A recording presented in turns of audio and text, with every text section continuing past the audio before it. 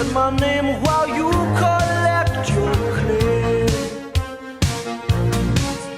And I wear my sunglasses at night so I can see the light that's right before my eyes. While she's deceiving me, she cuts my security. She got control of me. I turn to her and say, don't switch the blade on a guy and shed so low. Don't masquerade with the guy and shed so low. I can't believe it. Don't be afraid of the guy and shed so low. It can't escape you 'cause you got it made with the guy and shed so low.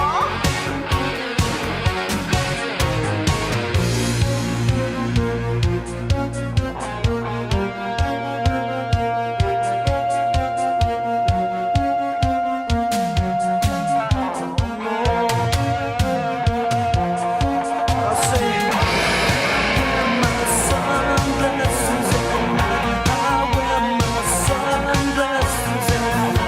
I wear my sunglasses at night. I say it to you now. I wear my sunglasses at night. I wear my sunglasses at night. I wear my sunglasses at night. I cry to you. I wear my sunglasses at night. I wear my sunglasses at night.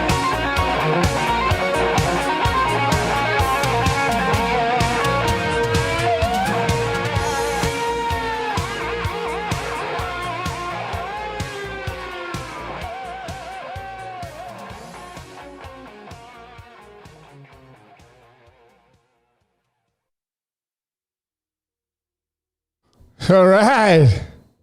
That's right. I'm wearing my sunglasses at night, and there's a very specific reason why I have these Ray-Bans on. And I'm just trying to have fun with this reality because it's really kind of all I know what to do at this point with what I keep finding through my research. And welcome out, everybody, to this episode number 27 of What's Your Question? From Decode Your Reality. My name is Logan. I am your tour guide for tonight's session. I don't know how long I'm going to go, but as always, I improv these. But again, there's a very specific reason why I'm wearing these sunglasses. Obviously, you know, and it's just so funny because I got this new backdrop, and I was like, I wanted to change it up.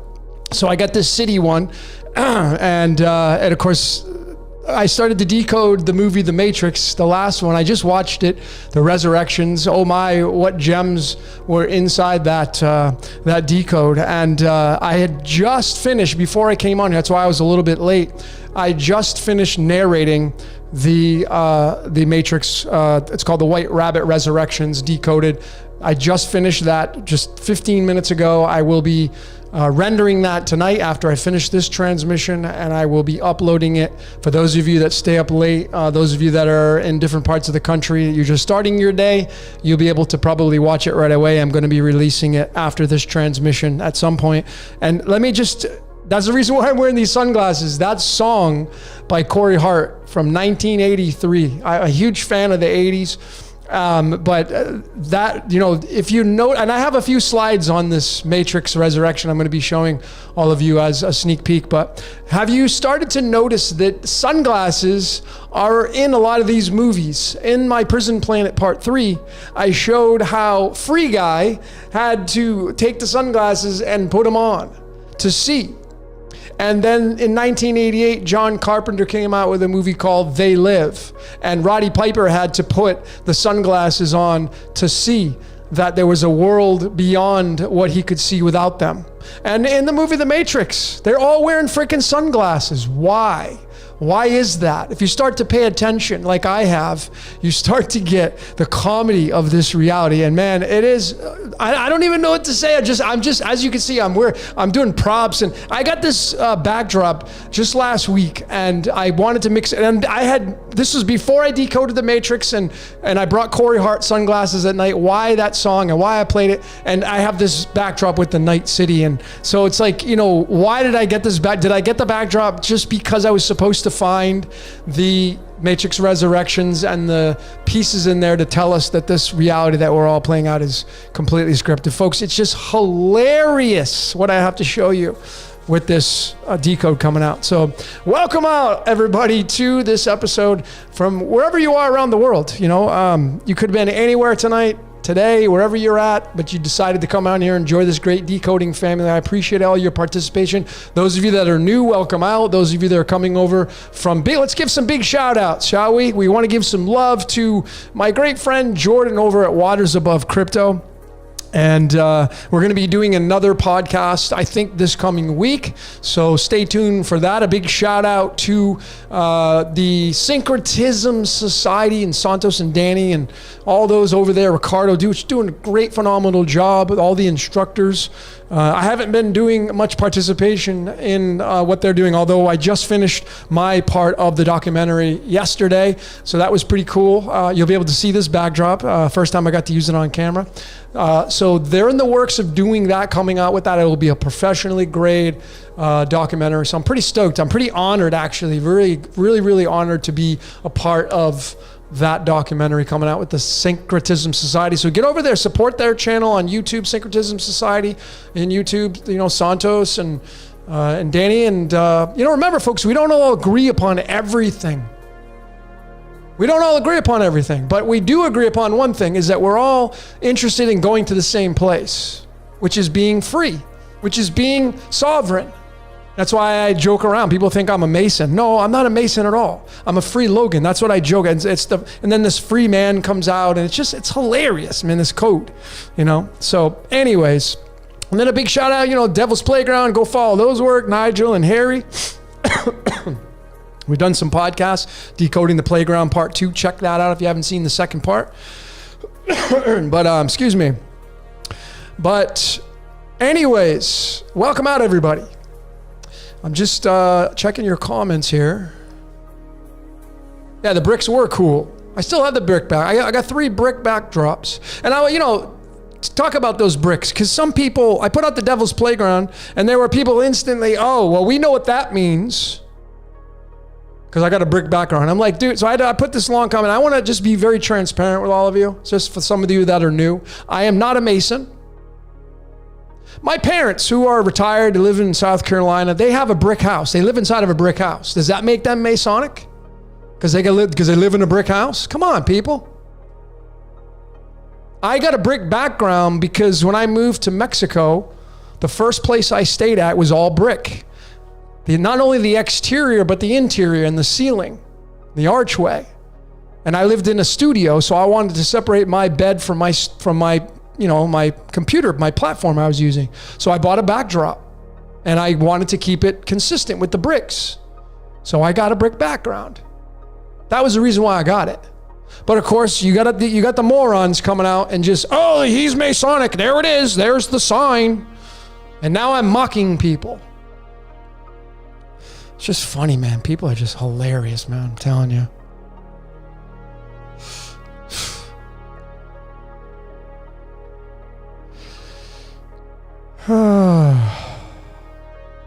So welcome out, everybody. All those of you that are returning subscribers, thank you so very much for showing up. Much love to all of you.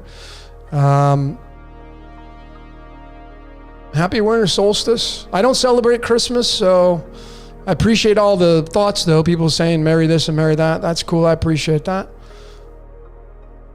Not really big into holidays.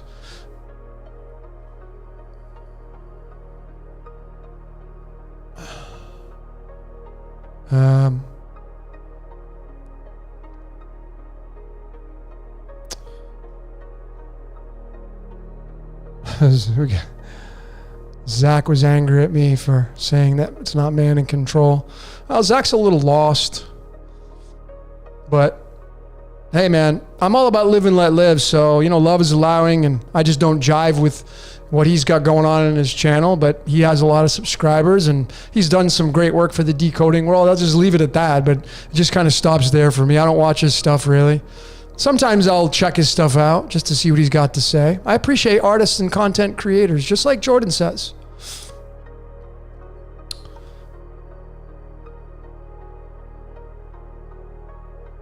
What's up, Ethan?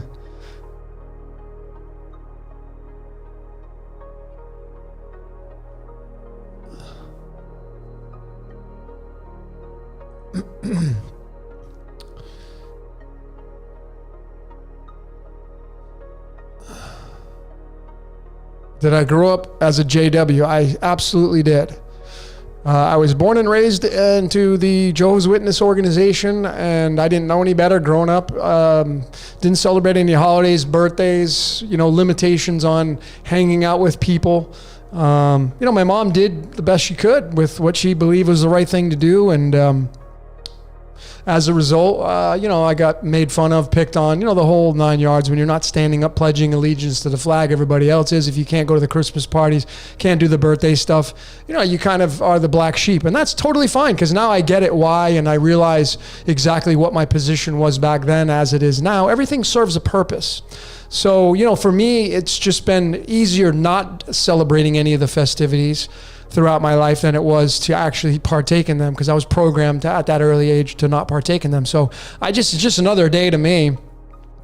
Even New Year's, like I've done my partying on New Year's, but for a long time now, it's just another day to me.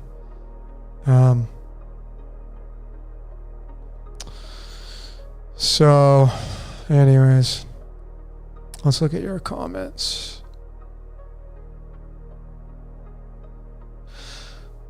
So James Salvatore, sports picks. Yeah, see, I don't use this code to break down sports and decode that kind of stuff. You'd have to head over to the other people that do that.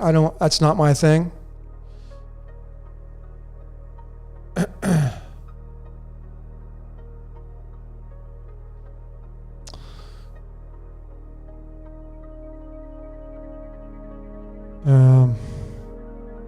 What's Alejandra? What's my military background? I went and served in the United States Air Force. I signed up right after high school. I didn't know what I wanted to do. I just was like a C grade average. I couldn't pay attention, was diagnosed with ADD, which I now realize is a gift versus a curse or a disease. But anyway, I went into the United States Air Force right after high school. And I immediately got my papers to go overseas. I served during Desert Storm in 93, 94, 95, 96. And then I got out and went into the reserves and did part-time reserves. And then I got out. So it was a great experience. I got to do my whole tour over in England, the country of England. I got to live in England, and I get to not only rent a flat in the countryside of England, but I got to go all over England. I got to go to the castle in Scotland, and it was just really cool, being in that part of the world. Got to go over to Turkey during Desert Storm and live in a tent for 6 months and go to Iraq on the helicopters. It was pretty cool, so I definitely don't regret anything in my life, no matter what.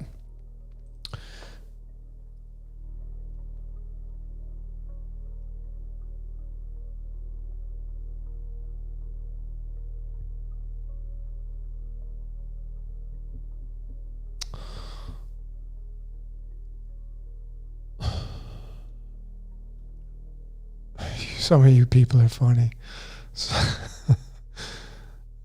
Keep it rated G, huh, ladies and gentlemen? What's up, Harry? Harry from Devil's Playground. There you go. Harry Christie's in the house. Thank you so much, Harry. He's a great guy. Queen Clubs guy. Very smart guy. Harry, you have the same card as Santos Panacci. He's a very smart guy. But let's talk about today, today being December 25th, and, why was this day chosen for the actual Christmas day? Remember, Saturnalia just ended yesterday, the 24th, if you're still on the 25th. So it just ends and then Christmas comes. And you got to remember, folks, we're not just playing out like one tropic. You have the Tropic of Cancer in the North America regions, where I'm at, and the sun, it's wintertime. And then when the sun transverses go down to the Tropic of Capricorn, in our wintertime, the Tropic of Cancer, it's their summertime.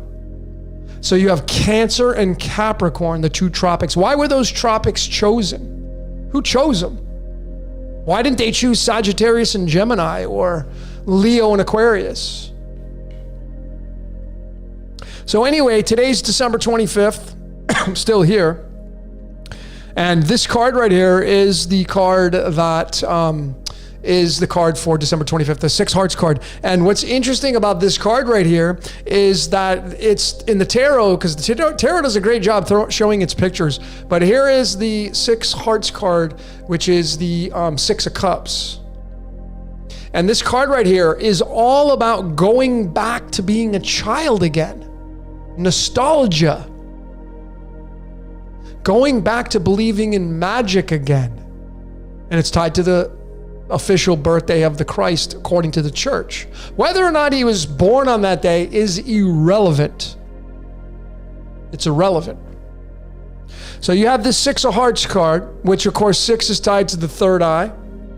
6 is tied to the zodiac sign Virgo, the Virgin, which is the third eye or the single eye. Jesus was born of a virgin. Think about what I'm telling you. Jesus was born of a virgin. The only virgin in the zodiac is Virgo, the sixth sign. This is December 25th's birthday, the supposed official birthday of the Christ. And it's telling you in the tarot to go back to being a child again. Has nothing to do about demonic and satanic possession or any of that dumb crap that people think the tarot's tied around. You could use it for, you can use it for trying to tell the future. Yeah, I don't get into that stuff. You can use anything for anything, really. And then the counterpart to this card is the Four Clubs, which is, when you bring them together, what do you see right there? 46. Bring it the other way around. There's always a mirror. There's the 64. 64 codons in our DNA. 64 possible squares on a chessboard. 64 possible codons in the DNA.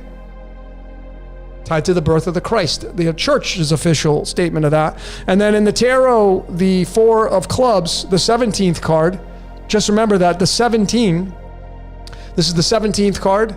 The co card of this one, of December 25th.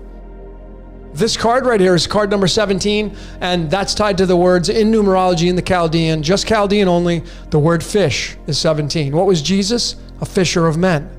So think about what I'm telling you. Born of a virgin, Virgo is 6, December 25th card, 6. The zodiac sign across, just directly across the 6th house is the 12th house, which is Pisces, the fish. The two fish. And the word fish equals 17. This is the 17th card. How about that? So what are the odds that these two cards representing December 25th, the birth of the Christ, whether he was a real dude or not, that's going to just come down to an opinion, and that's it. Just leave it at that. The idea makes the Christ real. And by the way, we are all the Christ. That's what I've come to the realization. Each and every one of us are the Christ. The Great Awakening, the return of the Christ, will be many different layers. The reset, probably massive destruction, cleaning of the toxicity, but it's the awakening of us, knowing that we are the God, we are the universe, we are the Christ. The Christ is love, we are love. We are all one, which is Neo, one. Permutation, which is a number anagram. We are all one. We are all the Christ. We are all love. Love always wins over fear. It's just love and fear. Forget about evil. What's going on in the world stage today is being done out of fear. That's it. You can say it's evil all you want, but it's done out of fear. There are only two emotions, love and fear. That's it. So think about what I'm telling you here with this December 25th and these two cards tied to the Christ, tied to the two fish, and then the four clubs is the four of wands. And this card right here means happy home. Happy home. And of course, it's house number 12 in astrology, and house number 12 is the hangman, surrendering. Because when you come down here and incarnate and become a man or a woman, that's it, man. You ain't getting out. And I'm just going to be straight up honest with you, and this is just subject to change because I have to keep changing through my research. I don't think we ever get out of this game. I think we just keep changing avatars. I think, a certain percentage of me has hopes that you can leave this game, but we don't even know what's beyond this game. And as I have mentioned in previous podcasts, I had said, we're in the dark age, so yeah, life can get really sucky. But what if we go to the golden age? Would you want to come back? Would you want to come back to the golden age? I think I have said I would. I don't want to give it another go round. And if that's the case, perhaps graduating is what really is in the store. And that means you got to check off the list certain things to make sure you end up graduating. Graduating would mean, because I've studied these codes and these cards, all these, famous people. Why did they get those cards? Why did they get in certain, lifestyles? Maybe they leveled up in the previous lifestyle and they earned it. So you just got to make sure you check all that stuff off the list. And, hang around with the right kinds of people. Fill your mind with love and, and letting other people do whatever they got to do and not pushing your agenda on other people. And it's challenging to do that. It's really challenging to do it. Not the way we're programmed. Whew.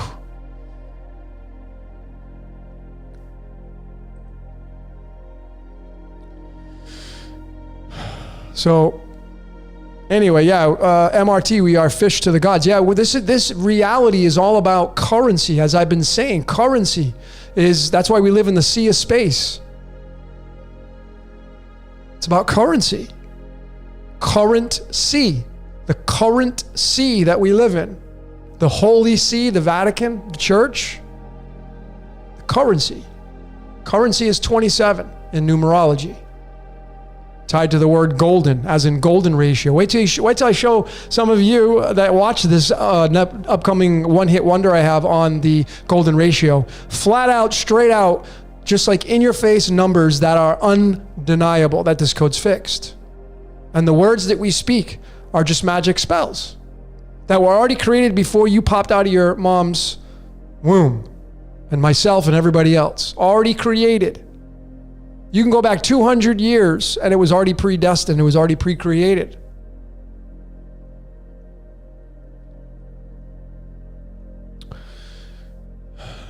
Look good, do it, get it. Look good, saying, do we follow the light when we shed the meat suit wagon? I don't know. I don't know. I couldn't answer that question. And I would be very hesitant on giving you my opinion. I don't have no idea what happens when you leave this avatar. No clue. And there is not one person that could ever tell you with definitives on what happens when we leave this place.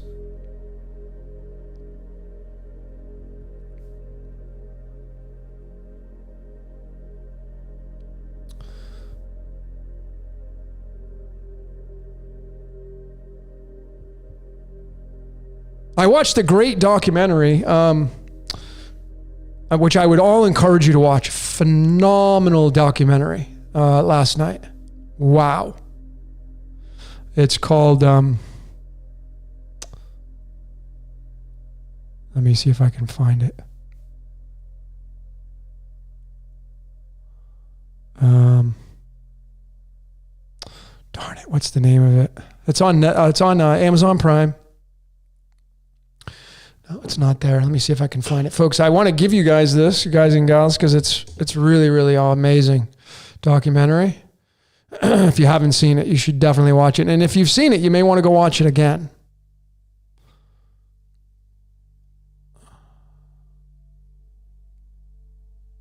Darn it, where the heck is it? Oh, I think I know where it's at.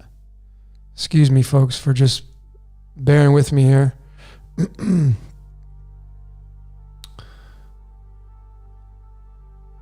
No, oh man, I got two phones because I got a phone with my United States phone and I got a phone with my Mexican cell phone, my number. So I have to toggle between two. Here it is. It's called Inner Worlds, Outer Worlds. I should have known that. Inner Worlds, Outer Worlds on Amazon Prime. Amazing documentary. It was done in 2012. Amazing. So many nuggets in there. Wow. And that documentary was going into the endless cycle of life and how it's just all fractals, which is what my research has been leading me to, is just the fractals. And we're creating all these fractals.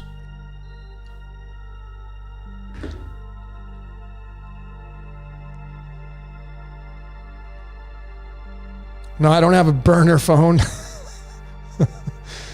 It's funny. No, I have two phones because, like I said, I have my Mexican number and my US number, which doesn't work down here. I have Verizon and I love Verizon, so I don't have anything bad to say about them, but they just don't have like a really good international plan. And down here in Mexico, it's like $7, $8 a month for a cell phone plan. So it's worth just getting a local number. So what's up, Jordan? Jordan in the house. Waters Above Crypto in the house. Please, folks, you ain't following Jordan's stuff, man. Whether you're listen, the guy does these lives on Friday, and he just goes in there and he just chops it up with his members, man. And he's killing it. And he's killing it in the name of love. And just going to watch his channel on YouTube he's doing pretty much every Friday, I think now. He's just an amazing human being. He's a soul brother of mine. And I love it. I was listening to almost his entire podcast on Friday. Yesterday. It was awesome.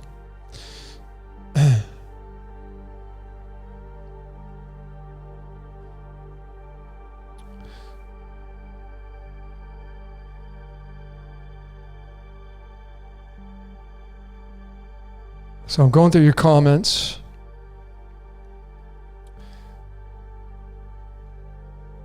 Are electrical bodies a currency? Absolutely. Circulatory system, you're electrical, the Elohim. There are two main primary running components that run this reality, magnetism and electricity. In my Prison Planet 3, I talked about those two, magnetism and electricity. Magnetism and electricity. Yeah, I said that 3 times. Repetition is what wins. It embeds it into the subconscious. And when I come out with this Matrix Resurrections Decoded called The White Rabbit Resurrections Decoded, folks, I will show you how Keanu Reeves and Carrie Moss, the two main stars of that movie, were supposed to do that movie, and it wasn't by way of the Wachowskis. I will show you. And you got to draw the line in the sand, and you got to really realize that these people are just playing out their parts. That's what they're doing. They're just playing out their parts like you and I. So what you're seeing with my Decode Your Reality channel, I'm a tour guide. Tiffany, my friend Tiffany, who I did a reading for, she gave me that. She's like, you're a tour guide. I said, yeah, I really resonated with that. Of course, I do the numerology on it. Tour and guide are both 19. Logan's 19. It was kind of a no-brainer. And it just kind of felt natural. So, and I felt that. I'm decoding, I'm showing all of you. You don't have to believe what I'm saying. I encourage you not to. Do your own due diligence. That's why you're here. Go decode yourself. Figure it out yourself. Make the truth your own. Because it's possible. After watching this, this documentary, amazing documentary, called Within and Without on Amazon Prime, it's just all about fractals. And it's never ending. There's no limit to it. Just keeps going and going and going. And you may end up creating your own fractal, which would mean that whatever you believe in at the next stage of the game for you is where you're going to go. If you believe in the Quran and you put all your faith in that, that's the fractal you end up creating. That's the universe you create. That's where you go. If you believe in the church, what the church has to say, and the Bible and the old, because remember, you can't have the complete Bible without Judaism. So when people say, I'm a Christian, no, you're not. You're actually Jewish. I mean, if you really want to be technical about it. Because everything always goes back to one. I mean, there used to be just one religion. If you really think about this, there used to be just one religion. Why are there over 10,000, I think, now? What happened to the freaking first one? What was wrong with the first one? You see, if we're living in if we lived in perfectionism,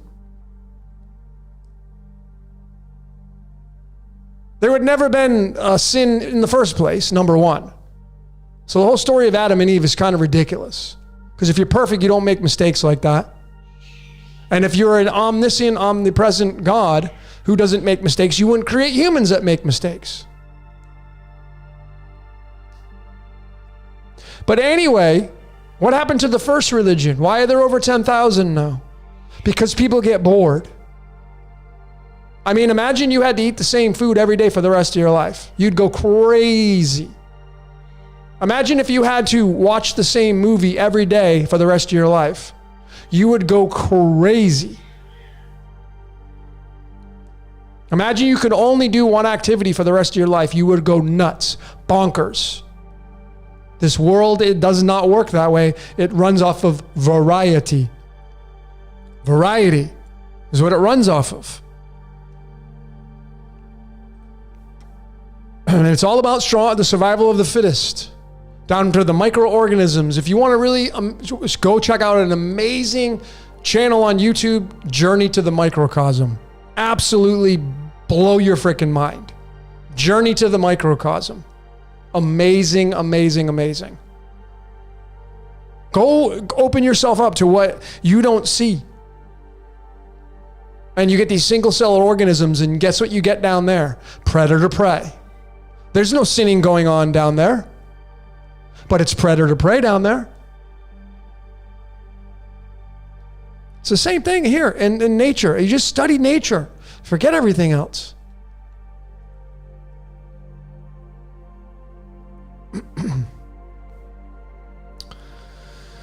Frank, I'm doing great, my friend. Thank you. Just saw the Netflix movie Don't Look Up. Okay. I'll check into it. Maybe if I can remember that. I have so many things on the shelf.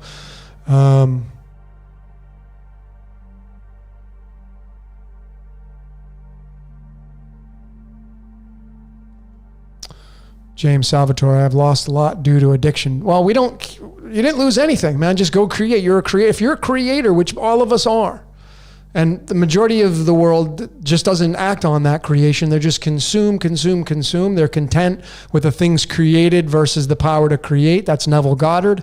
But you didn't lose anything. It's just something we just rent everything anyway. So if someone comes in and steals something from you, they needed it bad, or they needed it more than you need it. You're just renting it. So just go create. Go be a creator.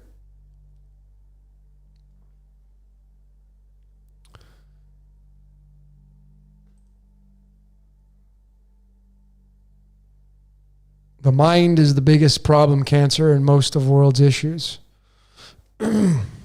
Well, it's the hive mind. How about this? Hive mind is 31. The matrix is 31 in numerology, just using the Chaldean. I have that in my upcoming Matrix Resurrections Decoded coming out to after this transmission. I'm going to render it and put it up, and those of you that are awake will be able to watch it. What's up, Denise? Nice to have you. Yeah, Cher Patel. Hey, Brittany, what's going on? Yeah, it's called Inner World, Outer Worlds. That was the name of the documentary. Thank you. I don't remember it, but it's called Inner Worlds, Outer Worlds on Amazon Prime. It's freaking so mind-blowing of a documentary. It came out in 2012. Amazing documentary. Just the narration of it, the music, the symbolism, the graphics they used, the animation, just top notch. I thought it was amazing. James Salvatore, I gave up on trying to wake people up. That's because your job's not to wake anybody else up. Your job is just to wake yourself up. When you wake up, the vibrational frequency goes out and everybody else that wakes up is going to be attracted to you. So you find your tribe. It's not your responsibility. It's not my responsibility. Yes, you can do things for people to find to wake up, but it's not your job to go out there. And remember, you don't force your code on other people and get frustrated because they're not listening to you. That's what we do. We get frustrated. Why would you put yourself through that frustration? It lowers your frequency when you get frustrated. So just live and let live. Just let them do what they got to do.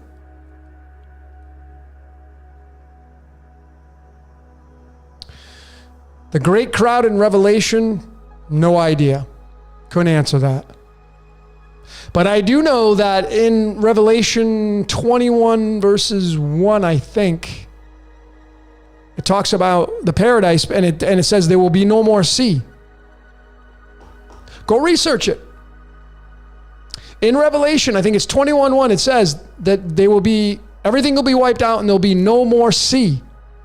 We live in the sea of space. So what is that telling you? I had thrown out the theory, and again, it's just a theory of mine, that the paradise, talking about in the Holy Bible, is going quantum, shedding the body. This is what causes suffering. Again, just a theory of mine, can't prove it. It's just fun for conversation.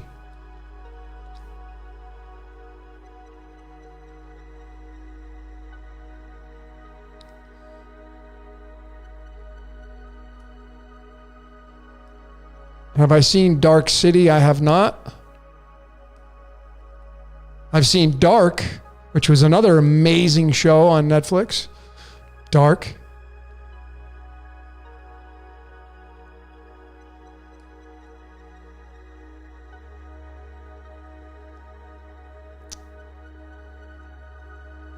Why should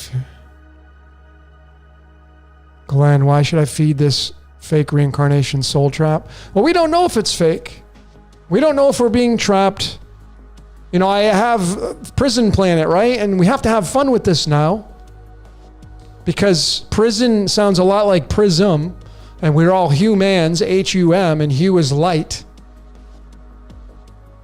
So it's the light coming down here and becoming man or woman. And when you do that, you become dark. Because if you stand in a dark room, I know that thermal imaging will tell a different story, but if we go into a dark room, you ain't giving off any light. You're not illumination. When you're in the womb, in the mother's belly, there's no light in there. It's completely dark. We come from the darkness.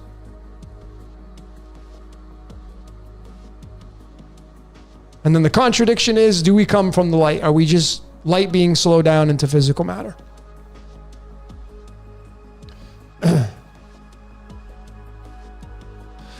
So James, it's a lonely place. Folks, any of you that are lonely, any of you that feel like you're alone and you have no, folks, the very one thing that I'm going to suggest that you do is raise your frequency.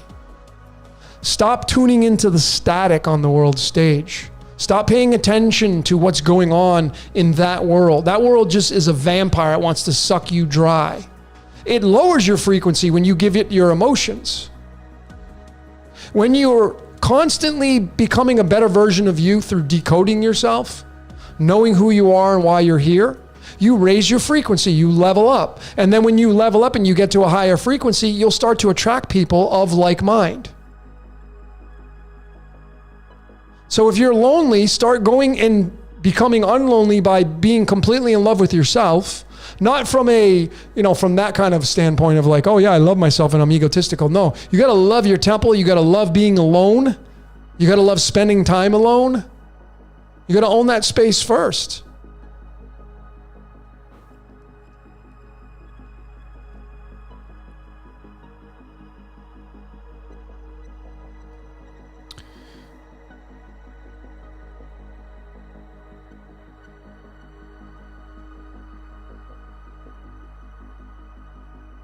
Miriam says, sunglasses representing closing your physical eyes, open your inner third eyes to see through the illusion of life.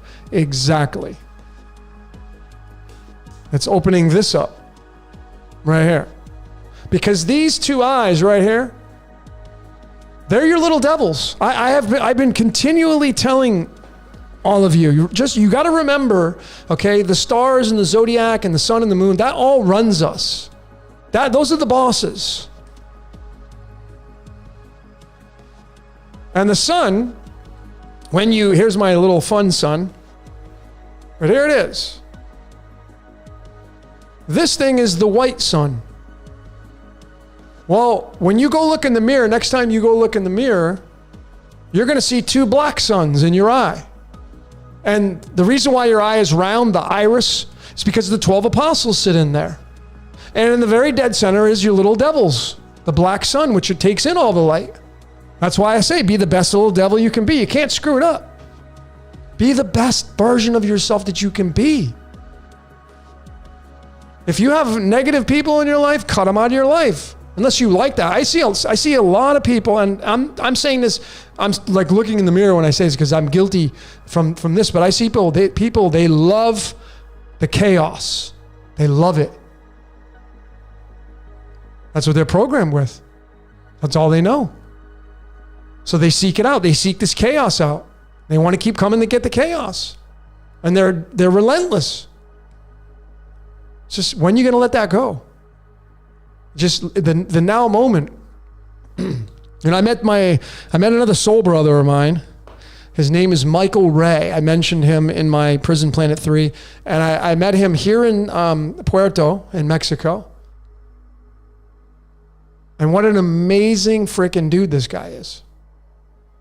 Like when I say that he's a superhero, I'm not putting that lightly. And he's just kind of tapping into it. I had said many years ago, we will see superheroes on the world stage. You're going to see them. I'm meeting people now that are just, they're at their beginning stages of being superheroes.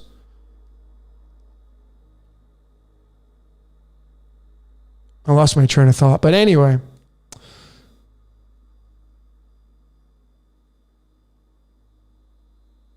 What was I going to say? So going back to the zodiac and the natal chart. The natal chart is your eye. That's the iris of your eye. In the middle's the black sun. And you have two eyes. There's two charts. The chart that was established when you came out of the womb and whatever year you were born. And then you have the chart of right now. Well, that's what I was saying is my buddy Michael Ray had said something so amazing. He's playing around with a lot of the words and the etymology of words. And he says, the gift is the presence. The present moment. The word present is the same as the word presence. Like I'm going to give you some presents and I'm in the present moment. Be present. That's the gift of life. Not worrying about the past, what happened in the past. Not trying to figure out the future. Just the gift is now, the now moment. And what you're doing right now to raise your frequency, to level up, that's what the gift is. And looking all around you and just being super grateful and being a gratitude junkie. And what do I mean by that gratitude junkie? I'm talking about like when you take a shower tonight, are you grateful for your shower head or grateful for the hot water heater on top of your roof or wherever it's located at? When you're brushing your teeth, when's the last time you just were in the moment? You're brushing your teeth and you're literally saying, thank you, teeth. Thanks for chewing that food all these years, man. Without you, I wouldn't be here.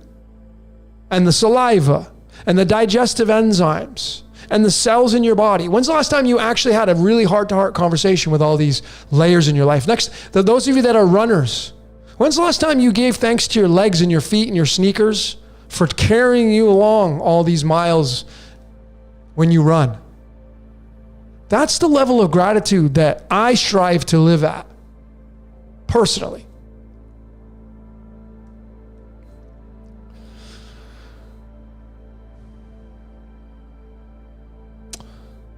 Solo mom, do you use sidereal or tropical? I use both. Some people say that tropical is a psyop. Absolutely ridiculous, in my opinion. I don't know. I mean, obviously, some people, that's an opinion. So again, I think it's ridiculous for someone to even think that. Because if you're an astrologer like myself, if you're a fan of astrology, you're a fan of both systems. And you don't favor either one because they're both have their say in everything. I really like the Vedic a lot because The sidereal has the nakshatras, and that's like a deeper layer of the zodiac signs, the stars inside these zodiac signs. And it just gives a deeper meaning. And you got to realize that, like myself, for example, my birthday's February 4th, and I'm an Aquarius in the Western, but I'm not an Aquarius in the sidereal/Vedic. I'm a Capricorn. And then my rising sign in the Western is Scorpio, not in the Vedic. I'm a Libra. So which one's true? Well, they're both. You got to read from all of them. I'm working on my How to Decode Yourself. It's called Life Coding, actually, is the official name of the system I'm going to be coming out with. It will be affordable for everybody to dive into this. You got to be someone who's a fan of researching, though. You got to do the work. I'm going to give you the tools. You don't need to get any readings from anybody to figure out who you are and why you're here. You just got to follow this course. I'm working on it. It will eliminate, you won't need to get any readings unless you want to get a reading of your now energy, or you want to get interpretations of your chart from somebody one-on-one, like I do readings.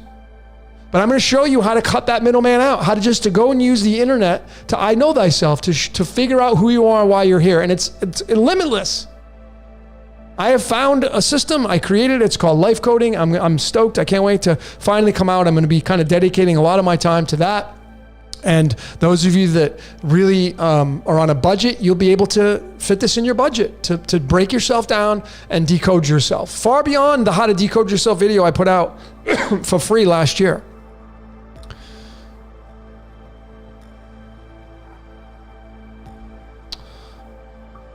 Dragonfly, you don't brush your teeth. I don't think I'd want to have a conversation with you. Daphne, nice to have you. Who are the three wise men? Probably the stars in the Orion's belt. Yep. I mean, is it safe to say that the as above rules the soul below, and what happens above happens below? If that's the case, then maybe there was a guy named Christ. Yeshua, whatever. It's just fun to kind of think about this stuff.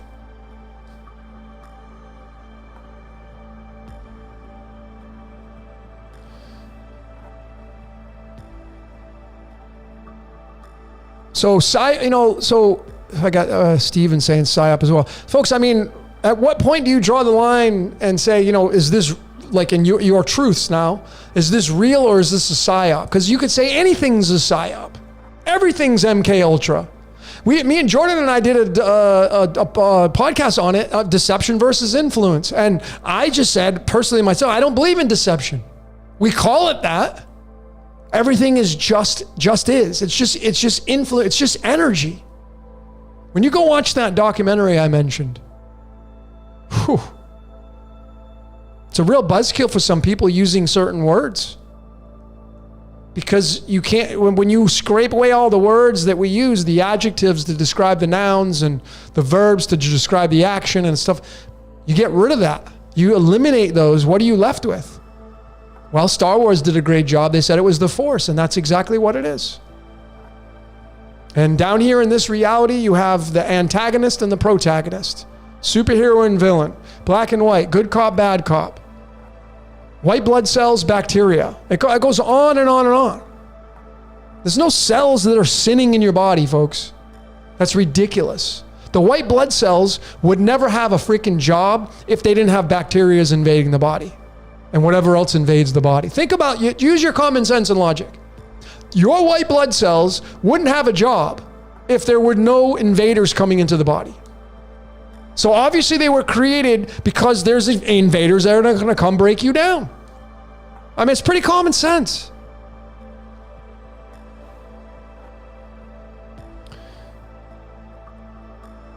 Damn, what people are going to ask me. I keep forgetting the damn name of it. I'm going to pin it to the top. Inner worlds, outer worlds. I'm going to pin it to the top. Here, I'm going to actually find it in... folks, if you ain't watching this documentary, you're missing out, man. This thing is just sick. Just an amazing documentary. Let me just, here we go, Amazon. I'm going to pin it right to this chat.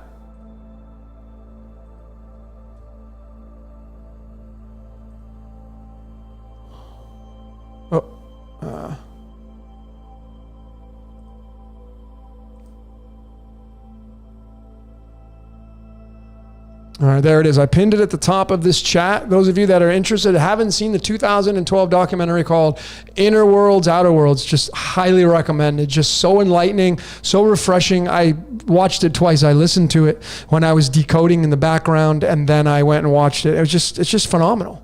It's just phenomenal. And it just opened up it gave me a lot of truths, a lot of confirmations personally myself. So.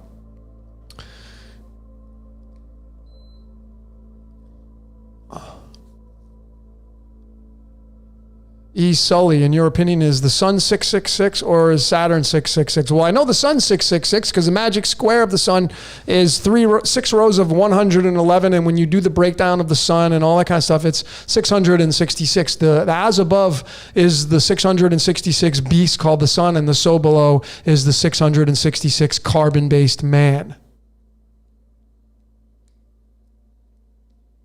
Is Saturn 666? Well, that's another story. But from all my research, that sun is the devil, and it is the as above beast.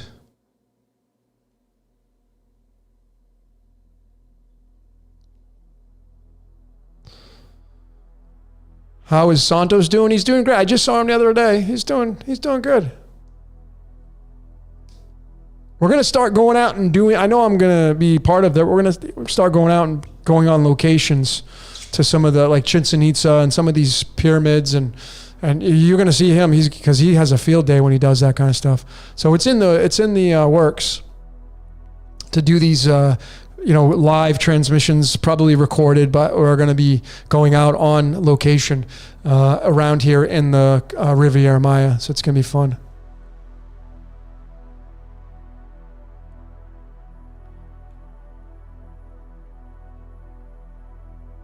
Little Gates is asking, is it bad to keep lots of different crystals, rock mineral? Well, you gotta just, I would, you can use kinesiology, or you can use a pendulum and ask the yes and no questions. I'm a huge fan of dowsing, so I would definitely do that. Because when you put these crystals together, they form, imagine all these personalities.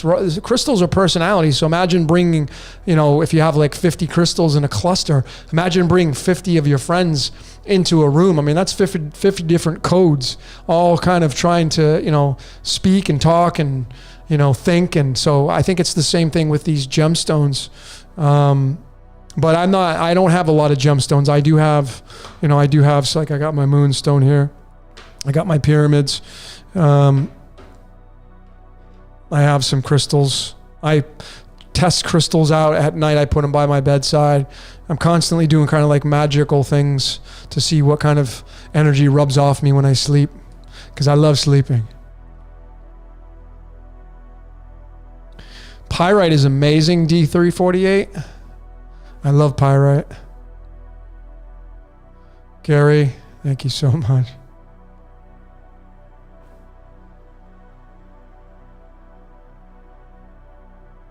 So we got some bufo and some ayahuasca and all these great medicines that you can take. They got a lot of practitioners down here in Mexico.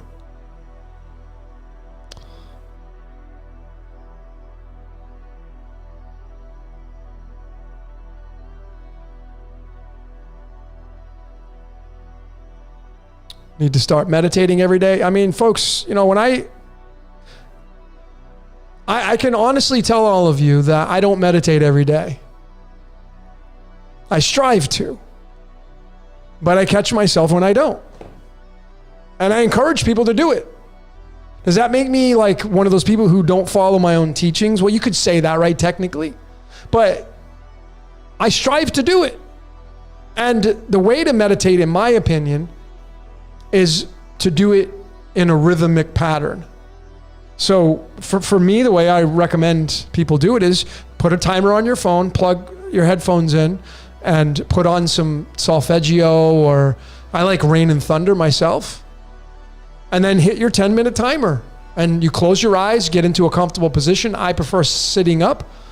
And then also burn some incense or candles to get some of the senses involved. You want to get as many of the 5 senses as you can involved with your meditation. And then you want to keep a log every day of your meditation or whenever you do it. Because when you get good at it, you can start writing down what you found. And what you'll find when you start off with meditation is that you got monkey mind. And monkey mind is where you just got a million thoughts and just life. It's like, got to feed the dog. What am I going to make for dinner? Oh, I got to call Bob back. I got to mow the lawn. It's like that's just monkey mind. That doesn't get you moved to a higher dimensional frequency of life. It just keeps you stuck in Maya, which is the never-ending kaleidoscope of life. Maya.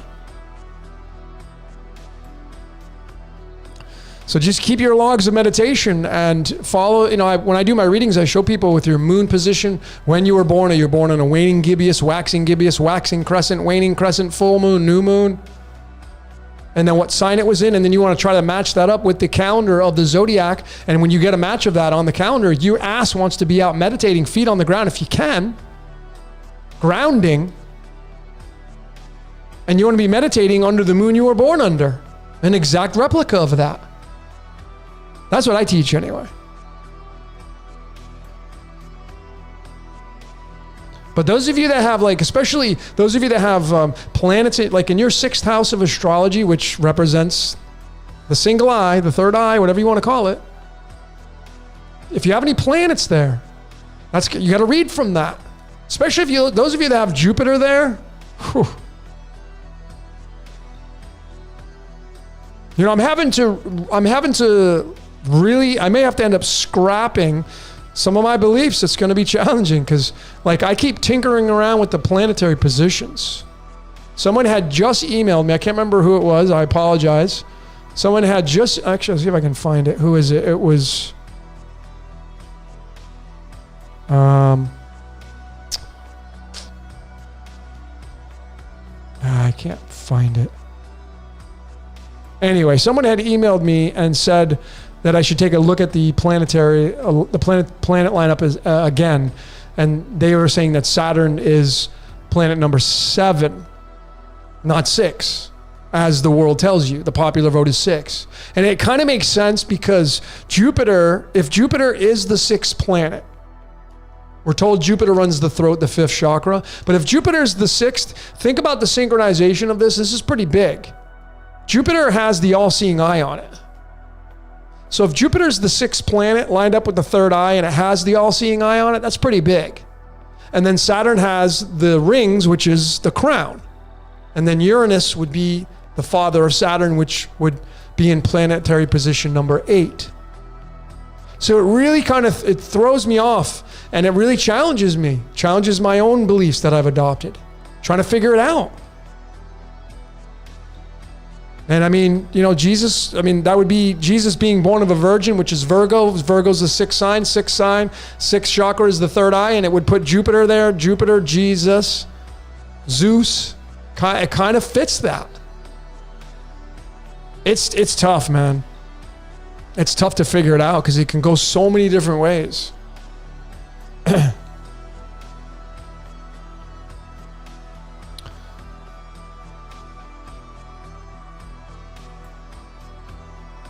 Shungite for 5G protection. Yeah, that's what they say. That's what I got. I got my Shungite pyramids right here.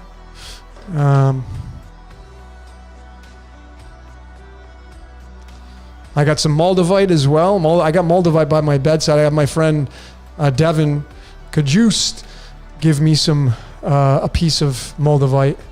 Gave me a few stones, actually. I have Moldavite and Stibnite, which is from the antimony series of elements. Stibnite is antimony sulfide, which is tied to the all-seeing eye. So I got that. I mess around with my crystals. I put them by my bedside. I pick cards from the deck and I put them by my bedside, and I put my crystals on top, and I see what kind of dreams I have. I keep track of that stuff. That's what I do. Constantly doing magical things. Constantly doing magic. It's just fun.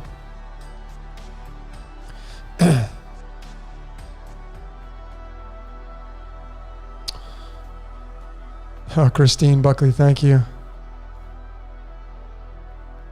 So many stones, man. Just so many stones. I love stones. You know, like when I typically when I meditate, I got my quartz wand, and I'll hold this in my receiving hand, and then maybe my moonstone in my right or something. I'm constantly just messing around with it, changing it up, trying different things, seeing what kind of outcomes that we get, or that I get. It's just fun.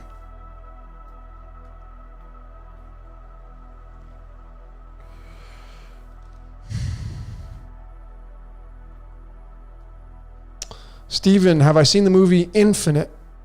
Oh, you retracted that. I got before you retracted it. Maybe it wasn't the name of the movie you thought. Jupiter also has a hexagon. Huh, I've never seen that before.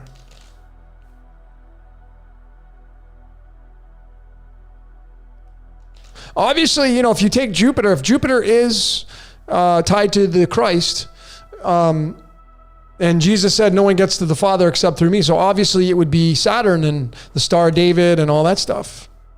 And he said, I'm the offspring of David. So Saturn would be that in the crown position.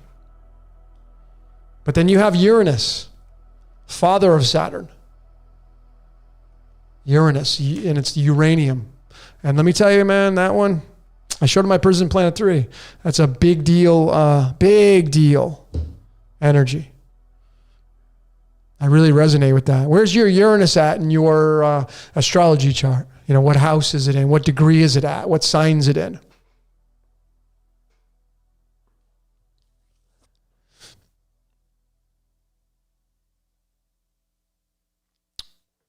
Decode a Cranberry Zombie. That's a great song, Zombies by the Cranberries. I love that tune.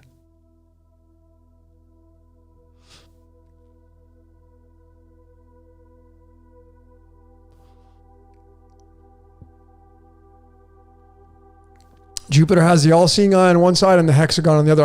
I haven't seen that. Can you send me a link with that?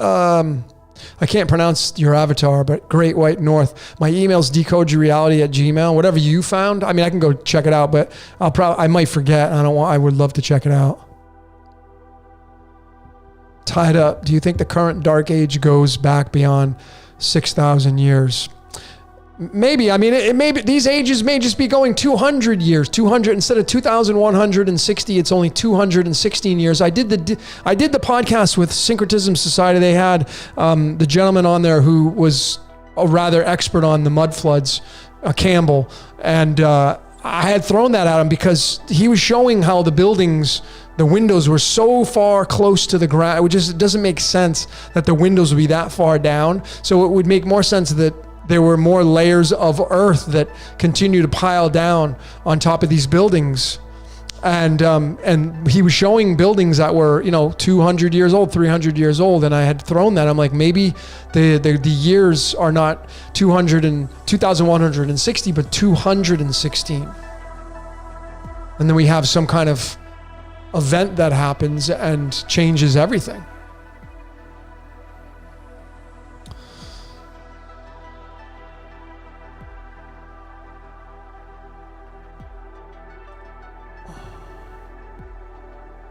Oh, it's a pentagon.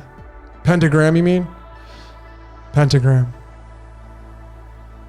See, that's what makes it tough. See, if it's a pentagram, if Jupiter has a pentagram is the 5-sided polygonal.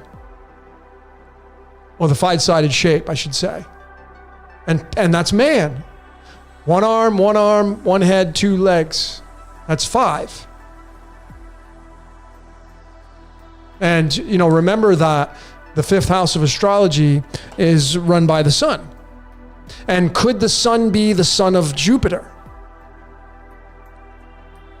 Maybe.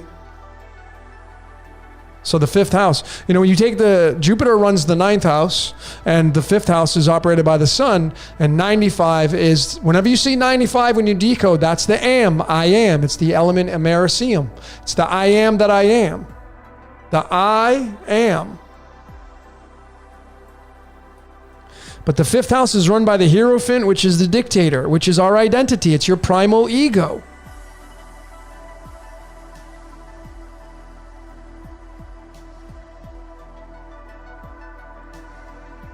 There it is. So the fifth house of astrology is this guy right here. It's the Hierophant. By default, card 5, house 5, Leo the Lion, King of the Jungle, the Church, the Pope, the Vatican, and this ruled by the Sun. And the ninth house is run by Jupiter and Sagittarius. I'm still tinkering around with this. I really am still trying to mess around and figure this stuff out. And it's challenging. It's not easy. Trying to get this in proper synchronization. It's not easy. I mean, I do know in the fifth house of Chinese, it's the dragon, which obviously makes sense because the dragon is the personification of the sun in the Chinese culture. And then you have the sun card right here, which runs the fifth house of Western astrology, which is Leo the Lion. So the Leo, all you Leos, you're tied to the dragon. Most revered animal in Chinese culture, it's the dragon. And it makes that S. The sun makes this pattern right here. The S dragon wave, which is exactly what a pendulum does. That's what the sun does. It goes from one tropic to the next. Tropic of Cancer, Tropic of Capricorn. It just goes like this. It just does a pendulum like this and like that, like this and like that. And it moves forwards. So it creates this S sine wave. Showed that in my Superstar Decoded. If you look at I brought this out. I'm coming out with this. I got I don't know if it's going to be Superstar Decoded Part 4 or Part 3, but the Golden Gate Bridge, a lot of other bridges, but why do they call it the Golden Gate Bridge? A lot of talk in that. But if you look at the Golden Gate Bridge, it has these arches. Goes to the top, and then it slopes down, and it goes back up again. And that's the pattern of the sun that it makes. It's an identical match of the sun's pattern moving through the zodiac signs. It's pretty crazy. And it's inside your eye, by the way. I'm going to be coming out with that. The crown of thorns. The crown of thorns is inside your eye. Go stare in the mirror. Go look in your little iris wrapped around your black sun. You're going to see the crown of thorns. You'll see it. It's right there. Can't miss it. It's in everybody's eye. Everybody has it. That's human anyway.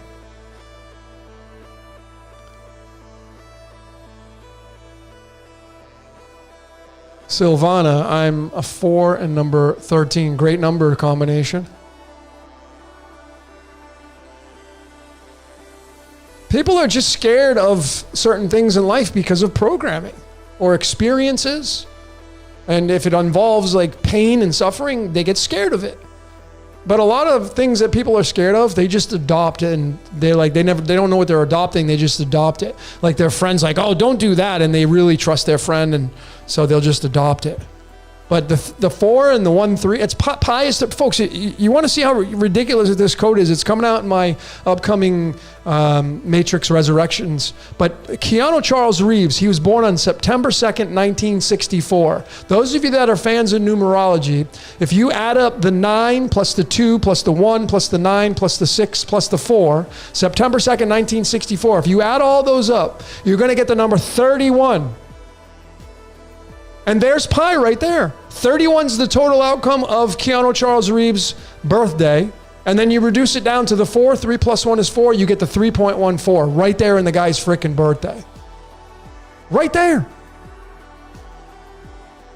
The guy's being used to be Neo.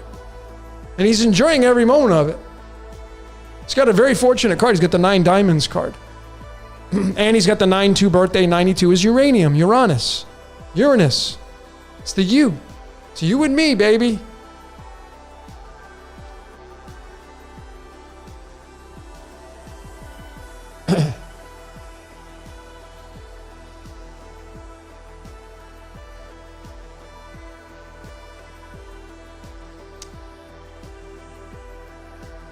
When the buildings cried. There's so many great documentaries. Okay, Neil, thanks for that.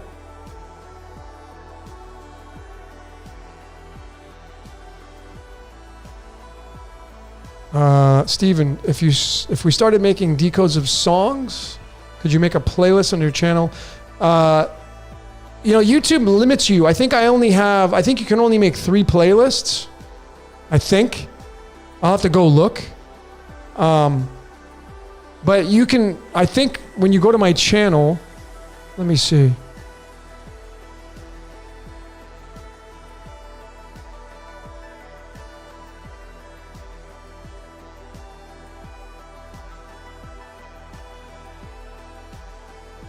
So under my playlists, if you go to my playlists, I have My God is a Comedian. I have What's Your Questions, the 5-minute or less decodes. I only have a few of those. Music. I have music. So if you go to my channel, Decode Your Reality, and then there's going to be the subcategories underneath. You have home, videos, and click on the playlists. And it has already those broken down. You have music, the one-hit wonder decodes, all my podcasts, political, esoteric, movies, sports. I have them all categorized. You just got to click on that playlist.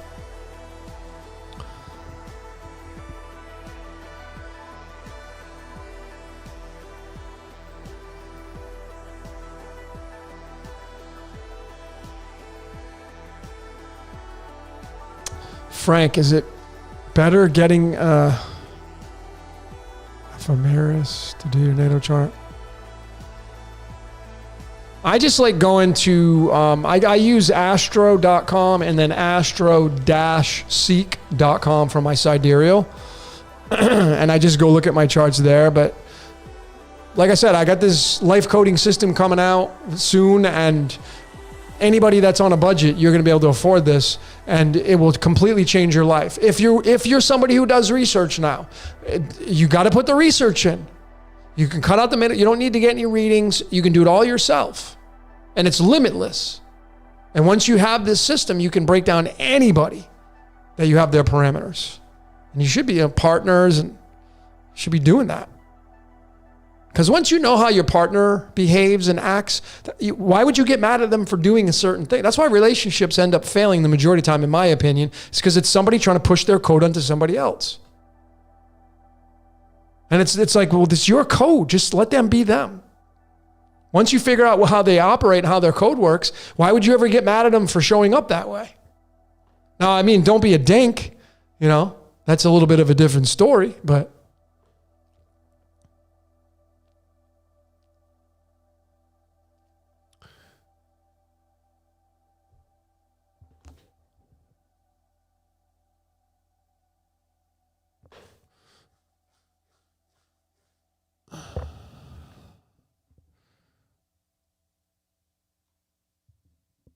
reading some of your comments. James Salvatore, what's up with these damn reptilians? Well, I mean, folks, if we really have, you got to understand something in this reality, okay? Everything's trying to survive. That's what this whole name of the game is, survival. Even the little, I mean, we're stone cold killers. I have said this so many times. That's why, like, at what level are you at in your life? Like when you go outside and you walk around and you do your things, you know you're killing things all the time. You're a stone cold killer. I'm a stone cold killer. You're not paying attention to where you're walking. You're constantly killing things, not paying any attention. Start paying attention. Those little bugs, they all have families too. They have a life to do something. You may not think it's as important as yours, but who gives you that right? Of course, it's your opinion. You're entitled to it. And why I'm saying that is like we're so focused on like, oh, it's the reptilians. Sure, we can start to look at this stuff, but if we're really all inside this self-contained system, which I think we are, everybody's trying to survive. It's a game. So you may not like the way they're playing their cards. You may not like the way they're playing their hand. You may not like the way they're doing things. But you see that all the energy you're giving to these entities is taking away from the energy you can be putting on yourself to raise your frequency, to level up in your game. Think about what I'm telling you. Those of you that are, some of you are heavily invested in the political stuff and what's going on the world stage, and you get angry and emotional at it and it pisses you off. You're so heavily invested in that. That takes up your time. And if you stopped giving that your time or your energy, not only would they not get your gas, you would keep that gas and you'd put it on something else. And you'd level up. If you put it into yourself, or you put it into your family around you that deserves your gas, Stop giving your gas to the freaking fires out there. Too many people I see they're so heavily like, oh, those damn people. That's why I'm not into the finger pointing like some of these other people do. That's not how I roll.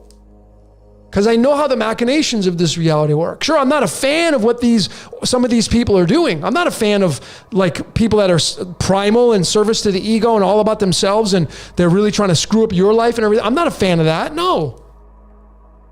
But I stopped paying attention to it, a lot of that, and I put it into me, and I put it into my work and my research. And now that's starting to take off, and it's starting to grow. Whereas if I didn't do that and I gave my energy more to the world stage, like I went right back to sports and I started watching sports again and I started giving my energy to the games and sat in front of a TV for 2, 3, 4 hours.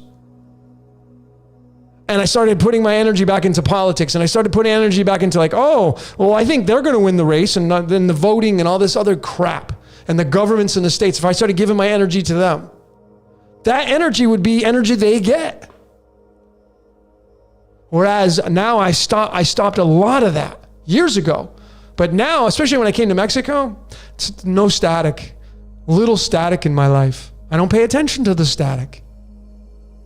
And when I do go online and look and see what's going on, I laugh at it.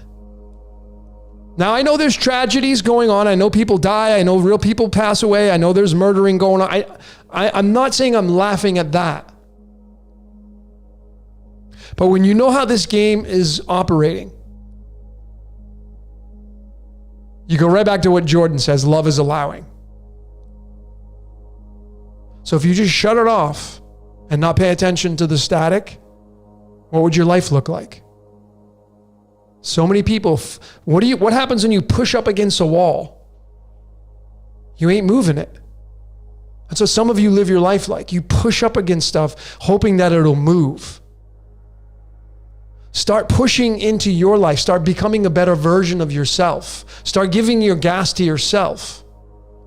Relinquish the static and watch your freaking life take off like a rocket. That's all that matters anyway, is you. Without you, there is no world. There's no universe. You close your eyes and that's it. So essentially, you got big shoes to fill. You are the universe. But, you know, what I see around on the world stage, people, Christine, hate drama. I mean, I would even encourage you not to use the word hate, right? But drama, that's low frequency. Politics, low frequency. Picking a side, low frequency. When we describe it as such. So if you can turn on CNN and not get emotionally involved, you've graduated. But at that point, why would you, the only reason why you'd go there is because, okay, what move are they making? When you have two guys or two people playing chess, they're not getting all they're not getting all angry and mad at one another.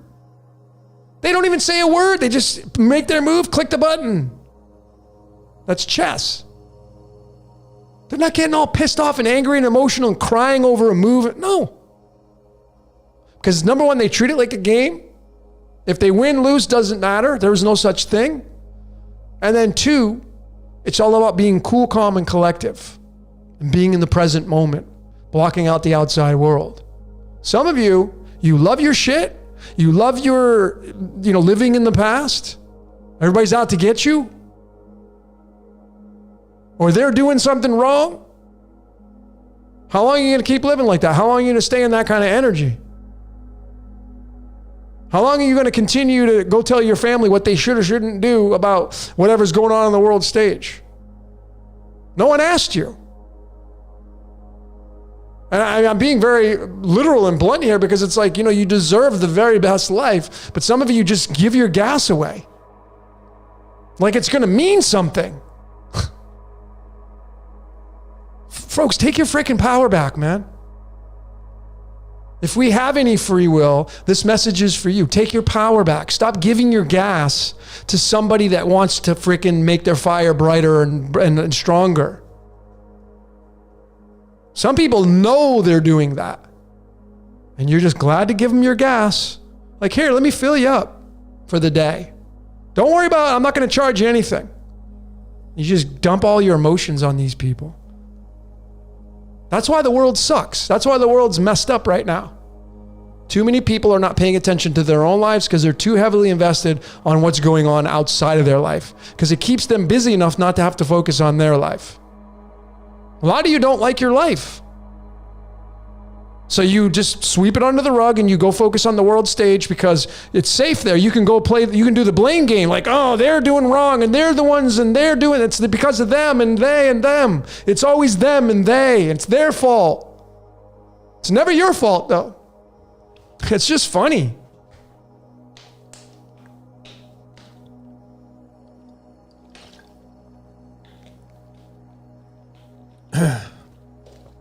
Wear your sunglasses at night, folks. That's why I got these sunglasses. You know, folks, those of you that are new, I played Corey Hart, sunglasses at night. The very reason why I did that is because of my upcoming decode of the new movie Matrix Resurrections, which I've titled as The White Rabbit. Resurrections Decoded. I've already shot it. I have to render it.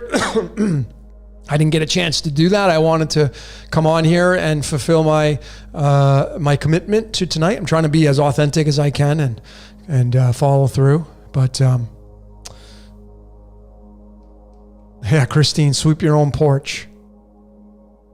Yeah, I mean, so many people, they got their axes out and their picks and they want to go over and just tear up somebody's porch. Forget about sweeping it. They just want to go hammer people's lives. They're just so heavily invested on the world stage. It's just like, man, when you I go on social media and I know it's my algorithms are where it's becoming non-existent because I don't click on that stuff. I don't pay attention to it. So I can see the algorithms starting to work to my favor where I'm not seeing that kind of stuff. And I'm eliminating. I don't have any toleration anymore. Like, I understand free speech. I'll get that, but I don't have to surround myself with it. So when I get somebody on there that I just don't resonate with, or I just feel like they're just not on the frequency that I want to be on, I get rid of it. I don't care. It's my life. It's my world. I don't owe anybody any explanations, and neither do you. You owe nobody nothing. Nothing. But you know, this world is all about looking good. People sacrifice a lot of their love in life just so they can be right, just so they can look good. No one wants to say, it's my fault, I'm wrong, take the blame. It's everybody else's fault. That's why I'm not into this. Like, oh, it's them and they and who and what. It's the boss and his fault and her fault. And that's you sacrificing love just so you can be right, just so you can look good because your life sucks. You know everything. They're all wrong, but your life's not getting any better. Now, that's how this world is. It's comical.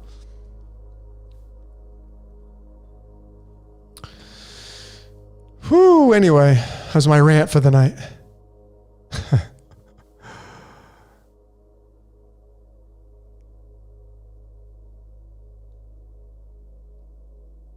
All right.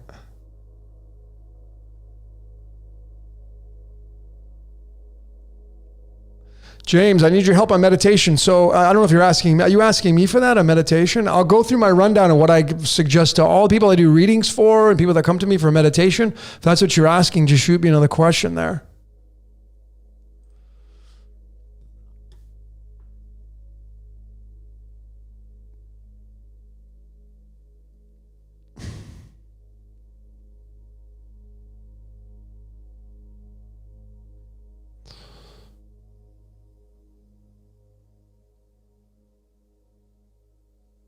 Do I like, D348, do I like chocolate oranges? I don't know if you're asking me that or you're having a conversation inside this chat. Jonathan, have I watched the Matrix movie? Yeah, I guess you're new here, so welcome. Yeah, I just watched the Matrix Resurrections just the other day. And I had decoded it months ago. And I had made an error in there. I make errors, just like everybody else. So I pulled it and I just didn't get back to it. And I watched the movie and I was just like, okay, I got to come out with this thing. And so I just finally finished it today. I have to render it and it will be uploading my decode. And when I show all of you this decode, there will be no doubt, there will be absolutely no doubt that the people that made this movie, that were part of this movie, are part of a script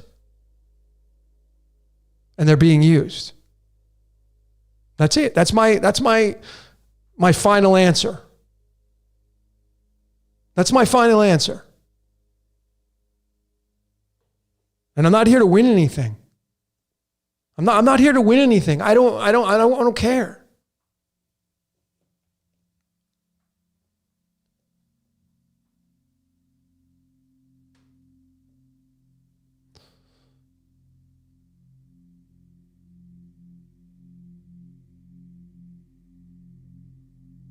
So of those of you that are interested in sun gazing, because I see the questions.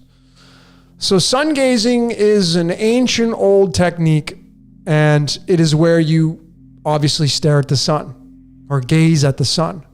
Now, obviously, there are certain times of the day you cannot do that or you will scorch your eyes, which of course, common sense and logic tells you can't do it during, the bright hours of the day. The safe times to do it is when the sun is the farthest away from the earth, whatever that looks like. And that would be either in the very beginning of the morning, the dawn time, when the sun's just appearing to come over the horizon or appears to be that way, or when it's setting. And then you can look at it. Now, sun gazing, I would highly suggest that you go just type in how to sun gaze or sun gazing, go do some research on it.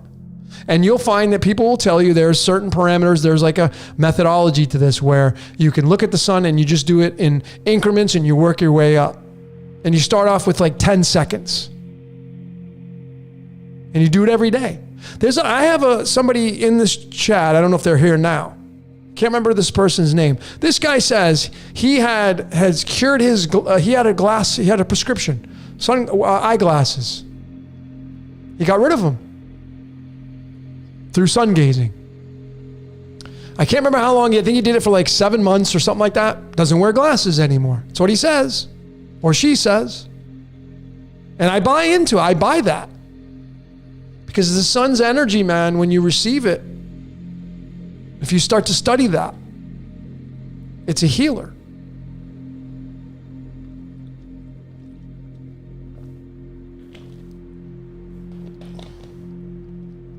That's the final answer. You want to phone a friend? Yeah. Do I want to phone somebody? That's funny.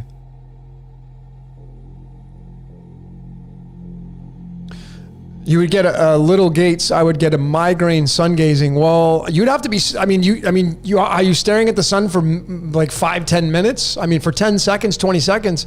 I can't imagine you getting a migraine staring at the sun for 10 seconds.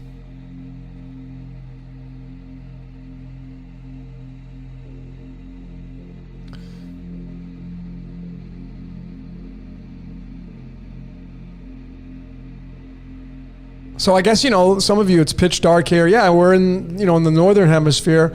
We have the sun going down at early times. The daylight is not as long. So you just how bad do you want it? You got to set a timer on your phone, find a place where you can sun gaze. And maybe you have to get up earlier just to catch the sun as it starts to rise over the horizon so you can observe the sun. I mean, how bad do you want the benefits from that? How much of a believer are you in that? I guess it comes down to that.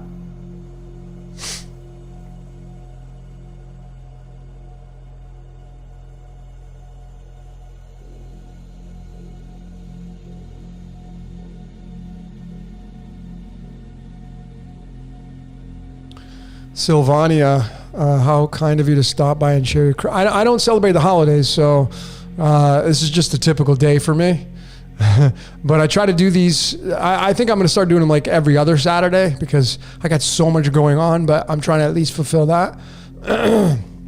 If you asked me that question, if it was me you were referencing of being kind to stop by and share my Christmas day, today's just another day for me.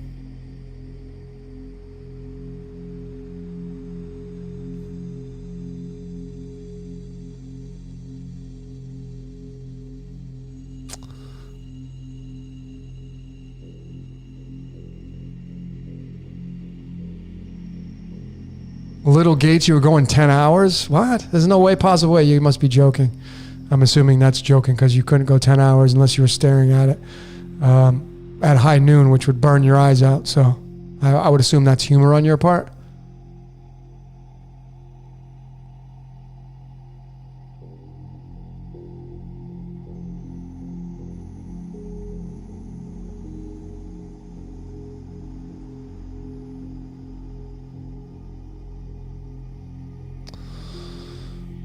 Oh, you got a pretty good amount of people, almost 200. That's awesome, man. Well, glad to see everybody here.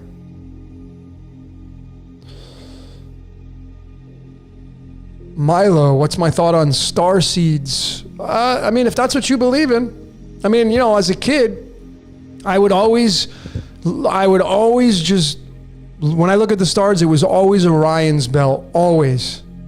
That was my go-to. It would always go to Orion. That would be my search when I looked at the stars. Orion, and it's to this day, and now it's obviously by habit, but am I from the Orion starseed? I don't know. I guess I'll find out. I don't have any clear and convincing evidence. Some people say, yeah, I'm from the Pleiades, or like, okay, but how do you know that? And I'm not taking that away from people, because some people, you have every right to believe whatever you want, but like, you know, like, I'm here in Mexico right now. I can prove that. I'm all about 1 + 1 = 2. I think fantasies are great. I think possibilities, you know, are great. But I guess we'll find out on the starseed aspect.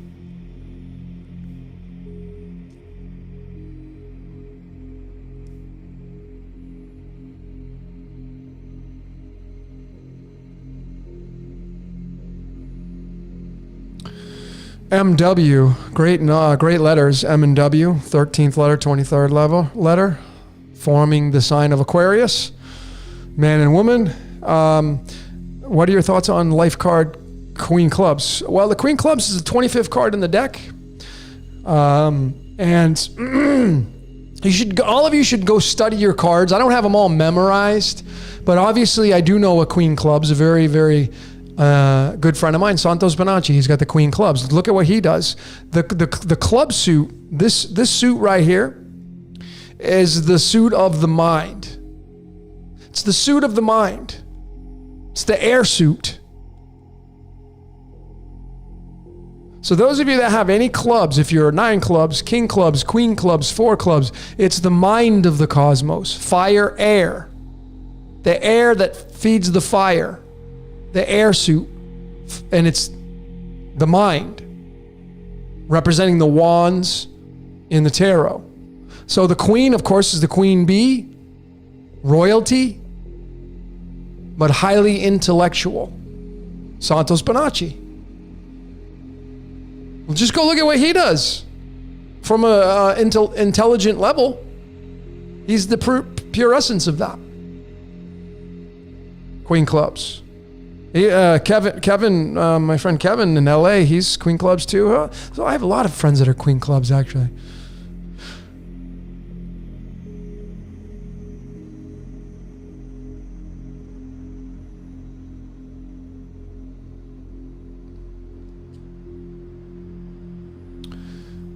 Sentwall Bakari. Yeah, I love space ambient. Do I listen to dark drone ambient? I have not.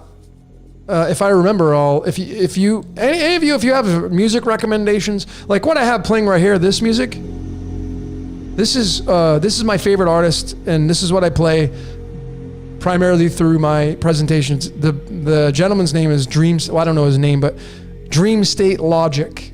I love this stuff. This is called ambient space music, and it's just kind of dreamy, and it just gets you in the zone. When I decode, I listen to a lot of, sometimes I love melodic kind of house music. I love that stuff. Like the DJ Korolova, she's awesome. Nova is amazing. Listen to a lot of stuff, but I haven't checked out the dark drone ambient.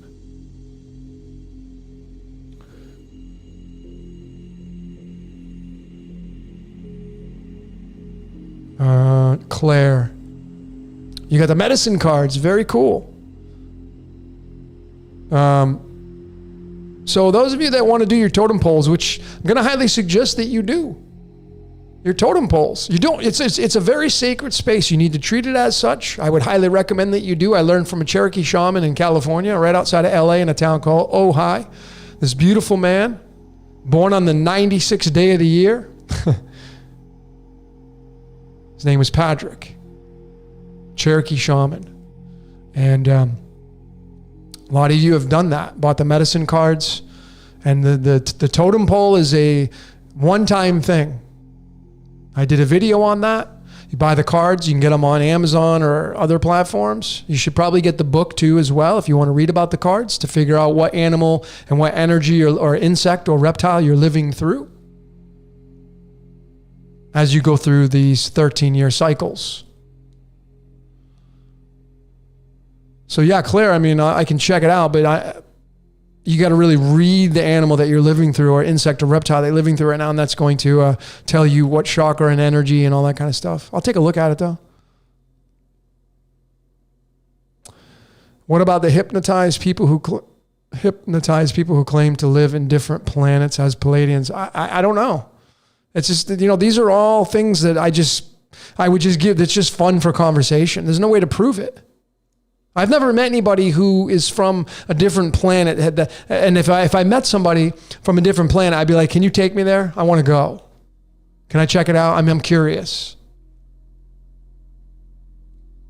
I'm all for it. I have an open mind. And I don't poo-poo on it, or I don't say it's not true, but saying something is true and then proving it are two different things.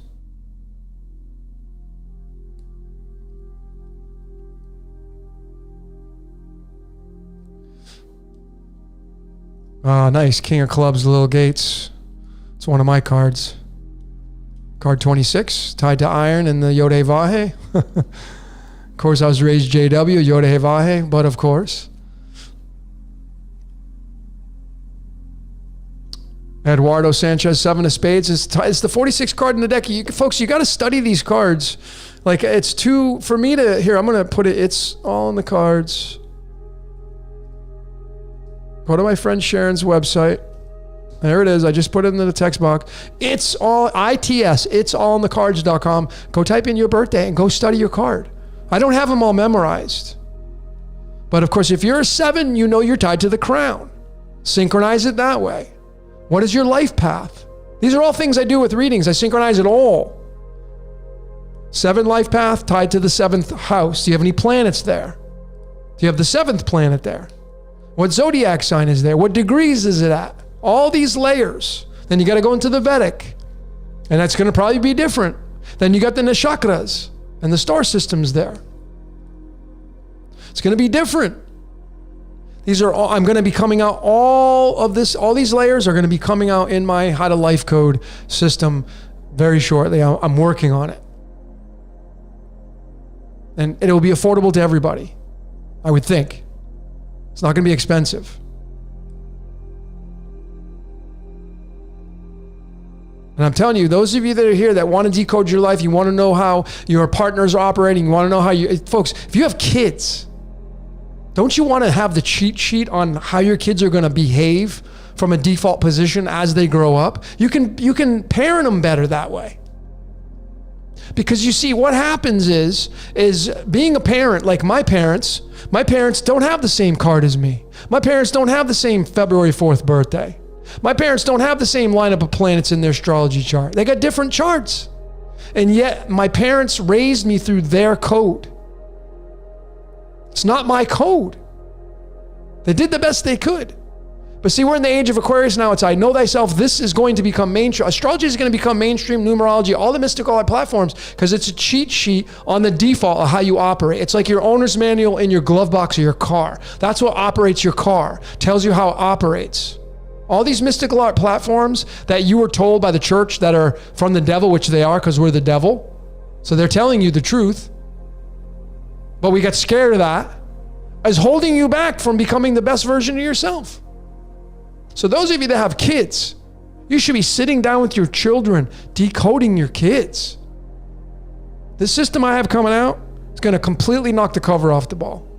I think it's going to just come, and I'm being a little biased because it's my system, but I think this is a system unlike no other. There's no other system that's come out like this. And it's so easy.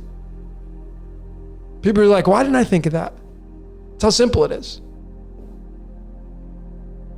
But if you're into like research, if you like to research, especially you Scorpio risings, you Scorpios, you Sagittarius, just natural born researchers.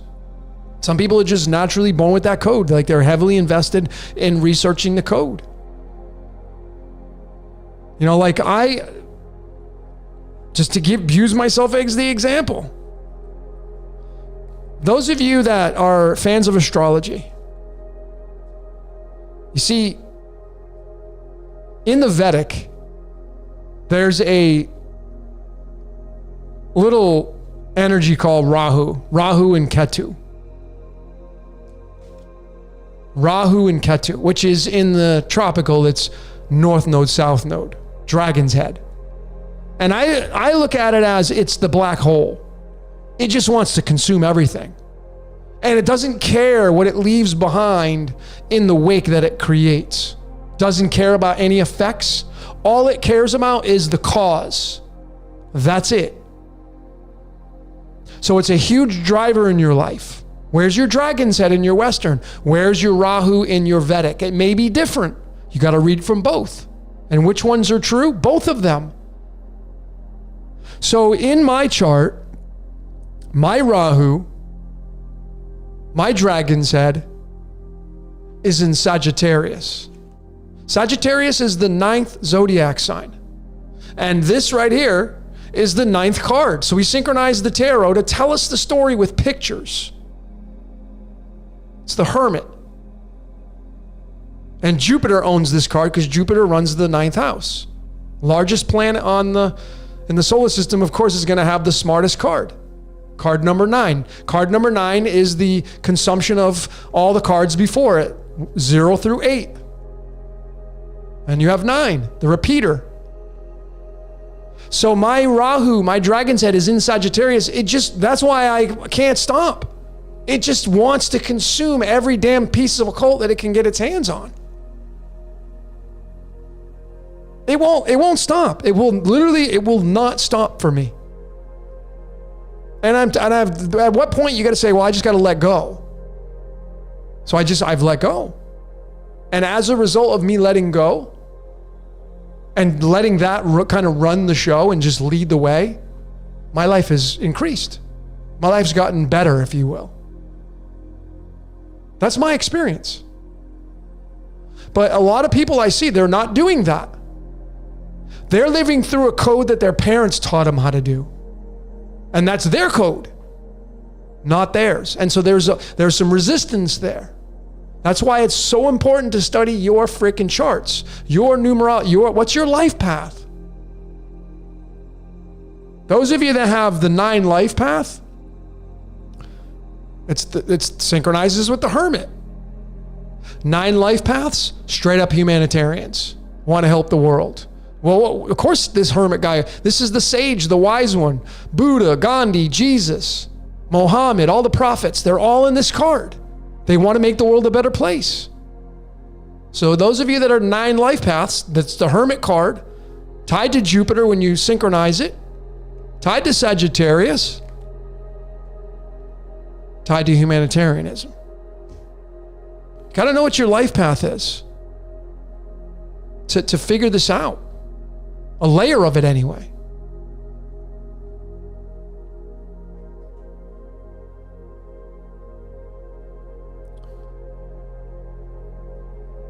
So if you, folks, I see some, Stephen, how about the 4 diamonds? It's card 30. There's just so many layers, 4 diamonds, you probably really appreciate money. You probably have money coming through you. If you're not, you should be checking yourself on that. Typically, the 4 diamonds is a card of physical security. 5 diamonds, very busy person. Likes to experience things. Should have money flowing through you just as well. But can't sit still. But you can't just use the cards and that's it. It's like it's one layer.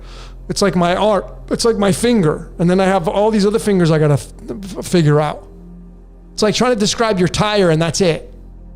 You folks, you got your radiator. How about your radiator and your alternator and, your starter and your brakes and your calipers and your brake lines and your shocks and your struts. That's exactly how this whole body is, and it's through the mystical side of the cards of illumination, astrology, numerology, the tarot cards, your life path. That's where it's at, especially for those of you that have children.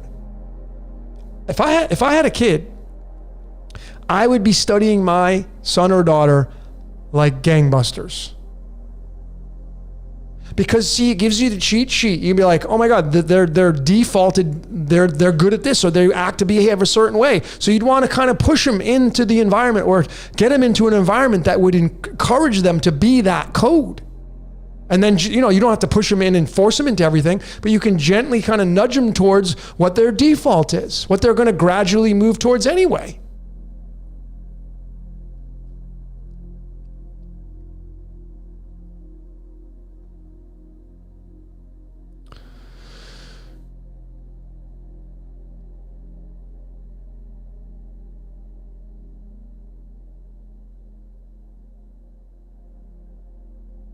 Let's go back to some of your comments. Milo, I've met some 9 life paths, psychopaths. There's going to be psychopaths and weird people in every single life path. It's not just going to be secluded. Some of you will just, like, I don't get along with cancers, or I don't, I've dated cancers. I don't like those cancers. Well, why did they come into your life? Came into your life for a reason. You can find, when you pull someone's astrology chart, if you know what you're looking for, you can find any soulmate in there that you've been with and what you lean towards. But the houses jump around, so you can't pinpoint like, oh, where's my soulmate going to come from? I can tell you, go to your 7th house, which is your crown. That's what you lean towards. That's what you look towards in people. It's what you gravitate towards. Those kinds of people. 7th house, marriage and partnership house. Crown house. You're going to lean towards those kinds of people in business partnerships as well. This is a cheat sheet. Like if you're looking for a business partner and you find somebody that matches what's in your 7th house, well, you're on to something. It's like, oh, I might have something here. And you're going to feel more comfortable maybe going and investigating that a little more. Just like dating. It's like, like, wouldn't you want a cheat sheet on the person you're going to go? Why would you know how much dating costs these days? Just not even the money, the energy you have to like doing this. And especially you ladies changing your outfits 10 times. What are you going to wear? Doing this and that. It's like, man, it's a lot of work. That stuff's going to be a thing of the past soon because you're going to have this cheat sheet of dating. And you're going to be able to just select and narrow down. And then you'll have a better opportunity. I think so. But then you have, the thing that you can't escape from and can't eliminate is the past. So then you want to be talking about like-minded. You want to get into the frequency now, mind frequency. Those of you that live, I see a lot of people living in the past. Right now, they just live in the past. They're comfortable with that. They're not living in the now moment. If they lived in the now moment, nothing from the past would affect, I shouldn't say nothing, but very much of what happened in their past would not affect them. But they don't. And that's why the same circumstances and the same people show up. Like people say, I don't know why I keep attracting that dude. Why do I keep attracting those kinds of guys? Because you're living from your past. That's why. It's pretty simple.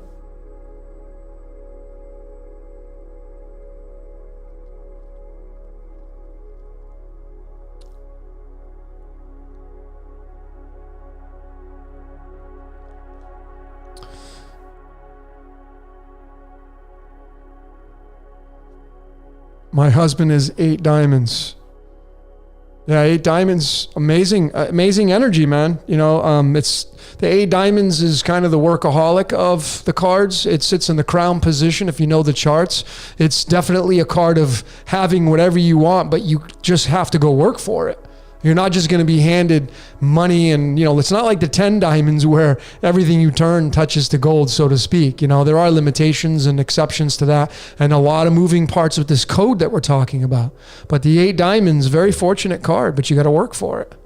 And the 8 is tied to the Taurus fields. Anybody that's an 8 is tied into the Taurus fields of this reality and the way this reality operates.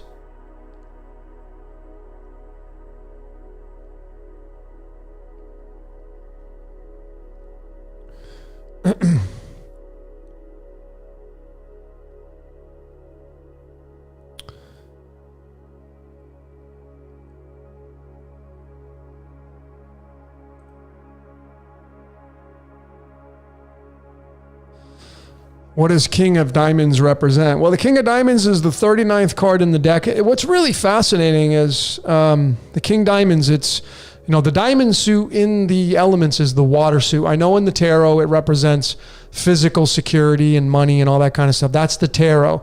In the actual cards of illumination, the diamond suit, from how I've learned through Sharon Jeffers, the great card reader, is the diamonds is the water suit. Now, all these suits can be all the same elements. They can all be tied because all the kings are grouped together. All 4 kings are actually the number 13. All the queens are the cards number 12. All the jacks are the 11s. All the 10s are the 10s and the 9s, the 8s. They're all clumped together. And you need fire, air, water, and earth to have a complete cycle, so to speak. But the King Diamonds is really interesting. Lucy in the sky with diamonds. And the King Diamonds, usually the King Diamonds are very high-level entrepreneurs or can be high-level entrepreneurs. And again, you add in, like I got 2 friends, really good friends of mine, that are both Capricorn, January 14th people. And they are just straight up monsters in the world of earning capital and money and just freaking killing it. That's a Capricorn King Diamonds. Then you move through the months and you add the zodiac signs, it gives a different layer. So you got to read from that. Then you got to look at their life path. There's so many moving parts to this. But what was really fascinating about the 39 was I started to study CERN. Let me see if I can get it. I want to make sure I'm quoting you, all you.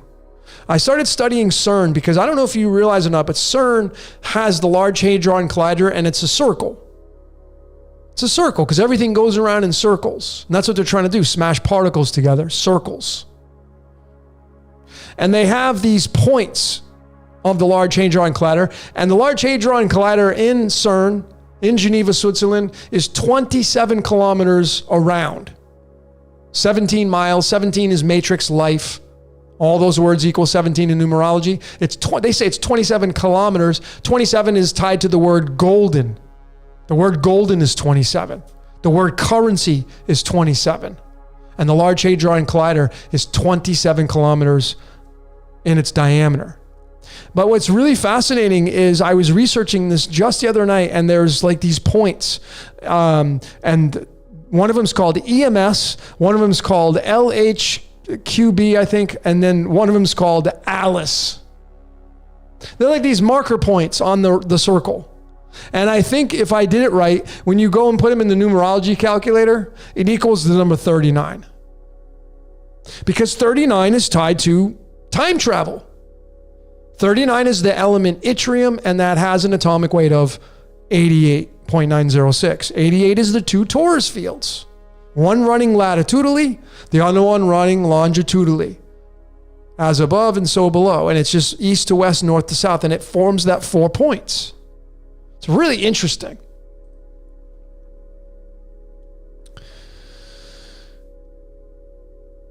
All right.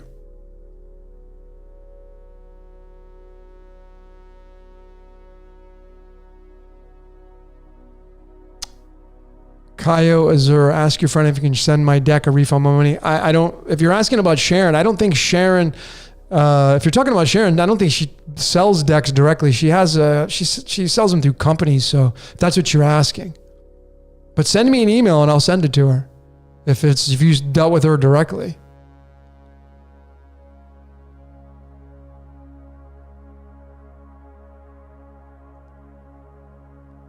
But yeah, CERN's amazing. I mean, when you look at the actual Large Hadron Collider, and I'm working on this decode. I have a decode called Dome Decoded, like the dome in St. Basilica in St. Peter's Square.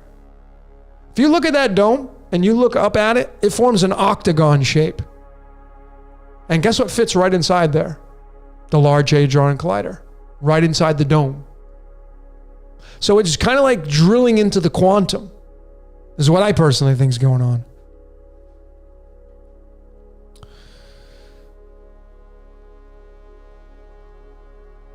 Six diamonds is card 32. What's up, Max? Those of you that are 6 diamonds is card 32. What's really fascinating about the 6 of diamonds, I just did a reading for somebody that was a 6 diamonds.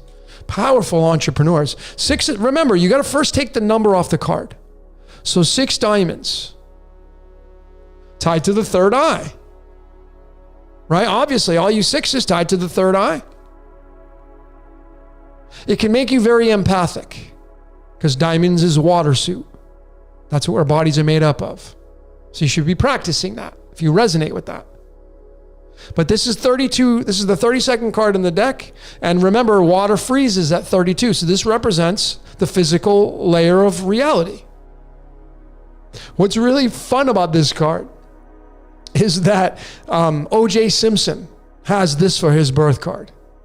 Now, a lot of people, when they see like, oh, that and their birthday is the same, your mind will go towards like, uh-oh. But let me just tell you something. I'm decoding him right now. Guess what? His life wasn't his own.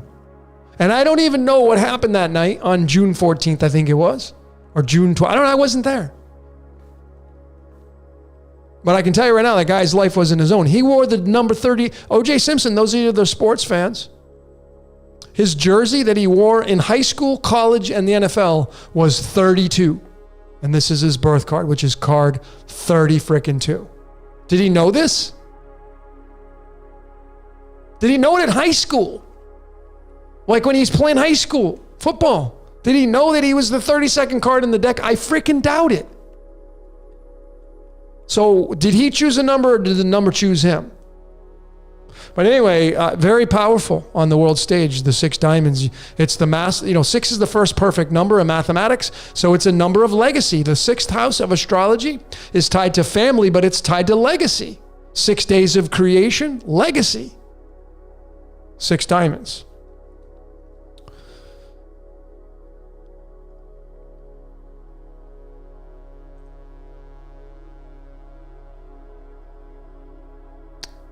What's up? What's with devil worshippers outside CERN? Well, I didn't see any devil worshiping going on. I saw, if you would call it a ritual, and they were just involving CERN there. I'm not CERN. They were involving Shiva, and Shiva is, of course, tied to death and regeneration. So whatever they were doing, I have no idea. I don't really pay attention to a lot of that static because it's energy that I have to give and I get nothing in return from that stuff. So I'm very cautious personally myself. Yep, pentagon. The reason why the pentagon is in the shape of a pentagram is because that's how powerful the number 5 is. There it is, 5 and 5. And what is that? 10. Say 10. 55 is predestination. Should tell you right there. Predestination, mankind. Your life's predestined. You don't have to agree with me. That's totally cool. I don't want everybody to agree with me. Got to be a DJ in your life. Like I like that song. I like this. I like that. That's how you become the best version of you. Make the truth your own. But the pentagon is made in the shape of a pentagram. The pentagram is inside of an apple. And the pentagram is man. I got to decode with that coming out. The pentagram showing the 7 chakras. And the number 5 is tied to boron, which is man. Boron's weight average 10. The word man in numerology equals the number 10. Man is taxed. The word tax is a direct match of man in numerology. Both of them are not only 10, they're both 415 in Chaldean. Tax. We are taxed with our currency as we go through life.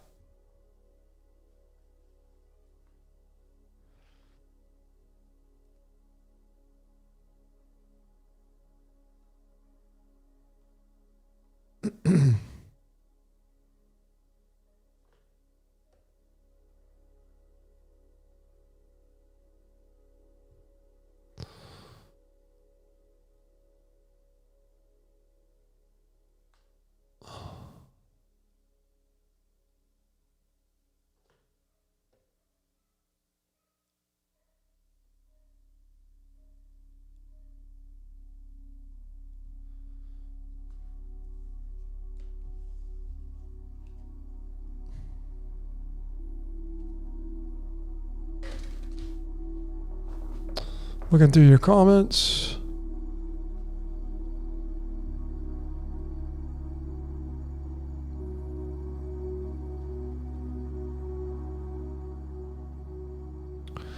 What about the Ace of Diamonds? Ace of Diamonds, card 27. Ace of Diamonds has a lot of currency because it is the 27th card tied to the word currency, tied to the word Jupiter, tied to the word golden.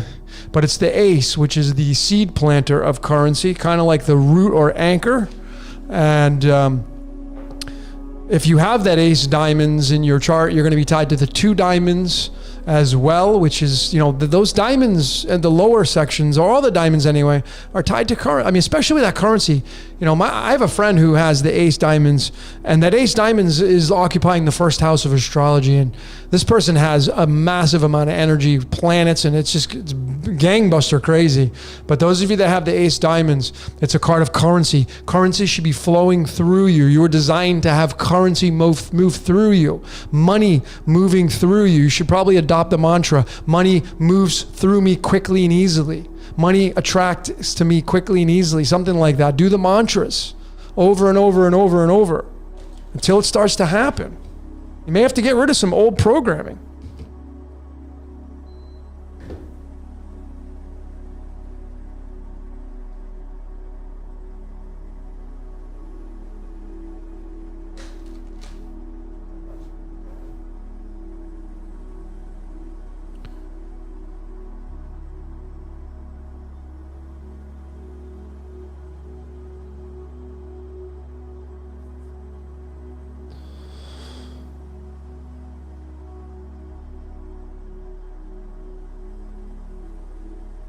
So those of you that are just joining in, thanks for coming on. If you're wondering why I'm wearing sunglasses, I'm not doing this because I'm trying to look cool or anything like that. So before you kind of, maybe think like, what's Logan doing? I had started this transmission off with a song by Corey Hart of the 1980s, of an album that he came out with in 1983. And the song's called Sunglasses at Night. And the very reason why I did that is because the decode I have coming out, I'm going to be rendering it right after I finish this transmission, is going to be on the latest Matrix Resurrections Decoded. The title of my decode is The White Rabbit Resurrections Decoded. And this upcoming decode that I have coming out, some of the most important information I have ever shown in any presentation. So I hope the majority of you, if not all of you, will check it out and share it with people of the like mind, and not force it upon anybody. If they don't see what you see, don't get angry at that. Don't get frustrated at that. You got to stop using those emotions and just be neutral. If you share with somebody and they don't see it, oh well, they weren't meant to see it. Not your job for them to see it. But I'm going to be showing with clear and convincing evidence that the makers and actors and actresses and people involved in the movie The Matrix were completely being used. And it's not just The Matrix. I have shown in so many other, The Truman Show, I've shown in People, Places, and Things, decoding artists and singers and musicians and bands. We're all playing out our scripts. So let me jump into this really quick, ladies and gentlemen, now that I have, how many people do I have on here? I got a good amount. So let me jump in and just show you a real sneak peek of this upcoming decode I have coming out on the Matrix Resurrection. And here it is. And, have you ever kind of wondered, maybe not, I didn't notice this until I saw Free Guy. When I watched 2021 Free Guy, thank you Ryan Reynolds and company for coming out with that. But when I watched Free Guy and I saw him, he put the glasses on, it clicked. And I realized there's something with the sunglasses. There's something with the sunglasses. Notice, here's the original theater poster for the first 1999 Matrix. They're all wearing sunglasses, all of them. In Free Guy, he puts the sunglasses on, he can see. In They Live, Roddy Piper puts the sunglasses on and he has the eyes to see. What's with the sunglasses? And then when you start to observe this kind of stuff, you can pick up on it. Something with these sunglasses. And there's, the numerology of it, the 35, which is an 8, of course. And then you have these two right here that wore him in the movie. And lo and behold, the characters' titles, Neo and Trinity, equals a 30 freaking 5. Of course, I want you to keep in mind that the popular expression of pi, 3.14, if you add up and reduce the digit down, 1 plus 4 is 5, it'd be 3.5, so it's 35. Right below the pi symbol is a long string of digits. It says 35 words, those are just numbers. That is 35 digits into the string of pi. Those of you that are decoders and this is more advanced decoding, you can take the numbers into the string of pi and add them all up depending on how far you want to go. But I decided to go 35 digits into the string of pi, past the 3 point.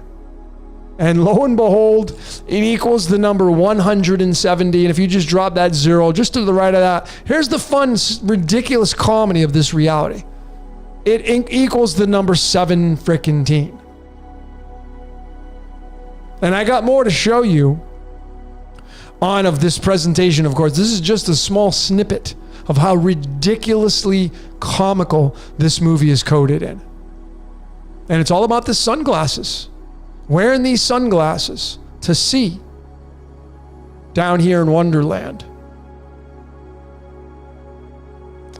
So that's why I'm wearing the sunglasses. It's kind of like my prop for tonight. And I didn't plan on going long tonight because I got to do this rendering of my video. So I'm not going to hang out too much longer tonight. I'm not going for 4 or 5 hours like I normally do.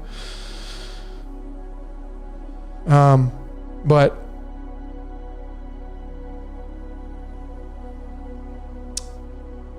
that's what I got with the sunglasses. So that's why I started off with this transmission with Sunglasses Night with Corey Hart. And I'm going to be showing that breakdown of Corey Hart. And it's folks, it's silly. It's downright filthy silly. This code. It really, really is. And the whole entire Matrix Resurrections was about Neo and Trinity coming together again. That was the main focal point of the movie. That was it. Keanu Reeves finding Miss Moss or Mrs. Moss, Carrie Ann Moss, Neo finding Trinity, and it's once again the feminine leading the charge. It's all going feminine energy now. You'll see that. The majority of the superhero movies, all feminine now. It's all female power. So you rise to you females, because the female's the boss. I know what runs this reality. It ain't the masculine. The masculine's what screws it all up.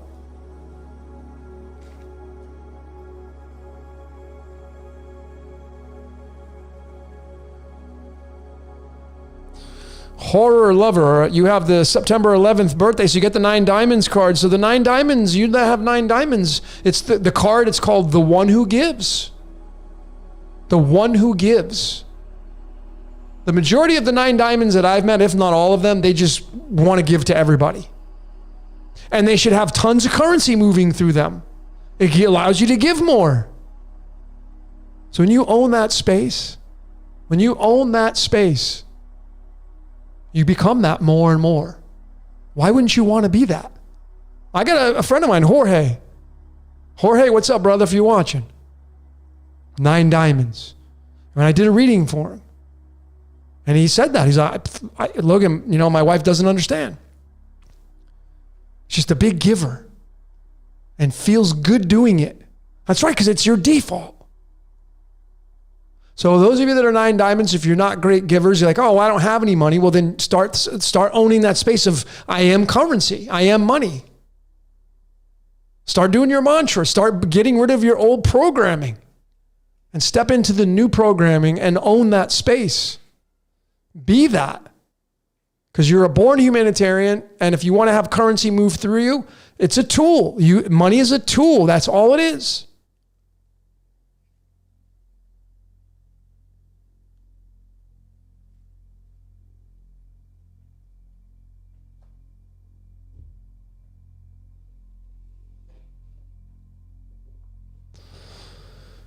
D348, was there a opossum in your totem? God, I should know that, right? I don't remember if I had the opossum in my totem. All I know is I got I'm living through Jaguar energy right now, which is card 51.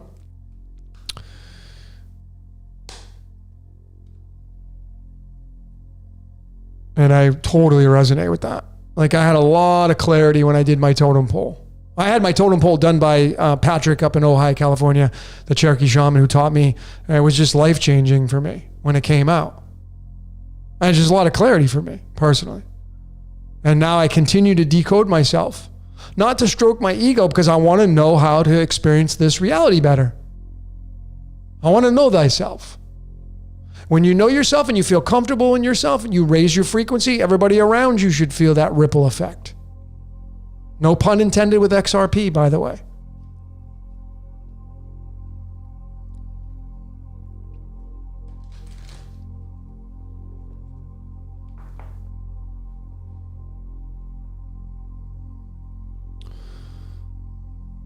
I mean, I had, do you want to talk about being coded? Let me just share with you, ladies and gentlemen, this great experience I'm about to show you.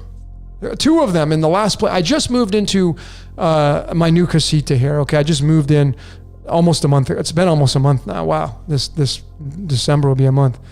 But my last place I was at, when I moved in, it's the third floor, and you have to go to the side of the building and go up the stairs. And when you get to the second floor, you have to then take a spiral staircase to get to the top, and then it goes on to a deck, and you get to my place. And two huge things showed up to show me that I was exactly where I needed to be.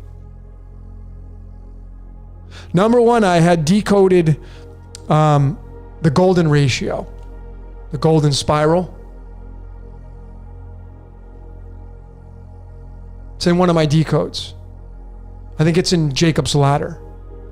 Profound information for me. And it didn't hit me until I was doing this decode. I was living right above a golden spiral. My staircase is a golden spiral, and it was 16 stairs altogether, which was tied to the golden spiral. 1.6. 1.61 is the golden ratio. The total amount of stairs to get from the second level to the third level was 16 stairs. It was in the shape of a spiral. And I was in the process of decoding, and it hit me like a ton of bricks. And I just started to laugh. I started to cry a little bit too. I had tears of happiness. So that was one sign. Knowing that I came to this area called Puerto Morelos. I came here not because I personally chose it, like I did, because that's the contradiction, but because I was chosen to come here. I was supposed to come here. Part of my destiny, part of my journey.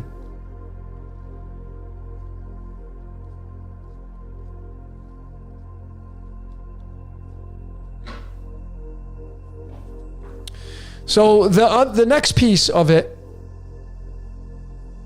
was that here in Mexico, and I've done a few social media posts on, I'm a huge animal fan. I like animals more than humans.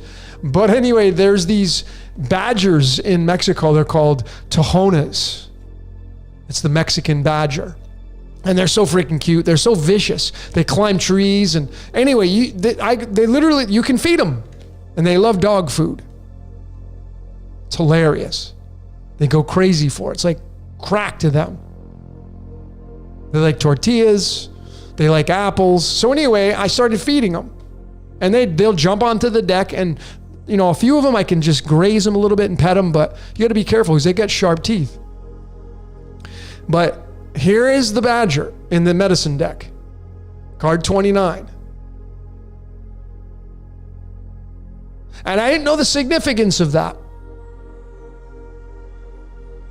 But I've had like almost 50 of these up on the deck, feeding them, sitting in a chair, and they come right up. One of them grabbed my bag and just ran off with it. It was so funny. I captured it on video. I put it on my social media page. Hilarious. Took my whole bag of dog food.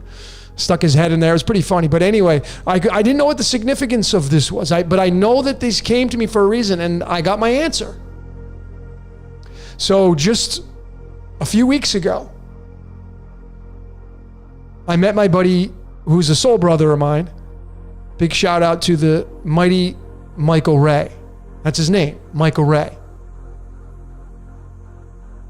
And he was a big clue of what this 29 meant. And The 29 was tied to not only the badger, but it's tied to him through copper. The 29th element, copper, which is highly magnetic, or electrical charge. Conductive is what I meant to say. But he was tied to this copper element. His birth cards were the 6 and 3, and that's the weight of copper. Another sign was when I walked into the place he was renting on the beach, he had a horseshoe over his door to go up into the place.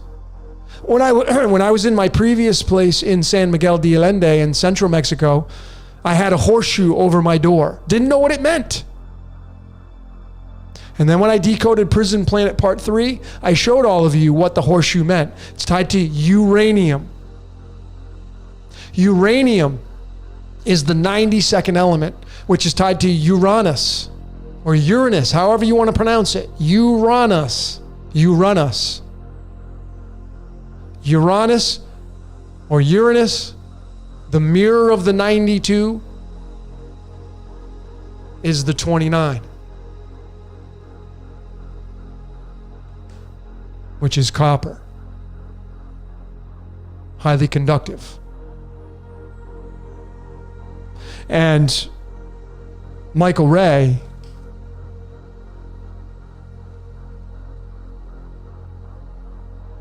my newfound soul brother, who's an Aquarian as well.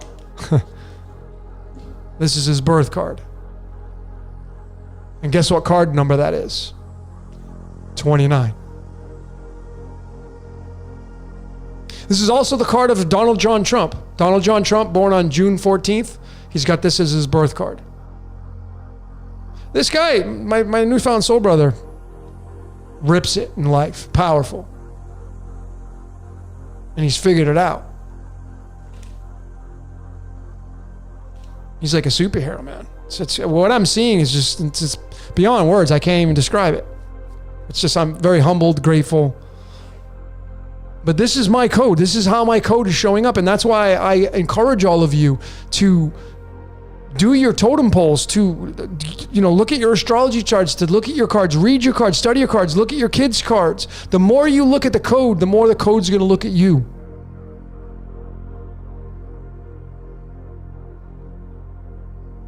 The more you observe the code, the more the code's going to start observing you. And I'm living proof of that. You're exactly where you need to be right now. There are no accidents. There are no mistakes. Everything just is. We live in a magnetic and electric world. Can't have one without the other. And you just got to start looking for the signs and the symbols, folks. You got to just get dialed into the code, and your life will change.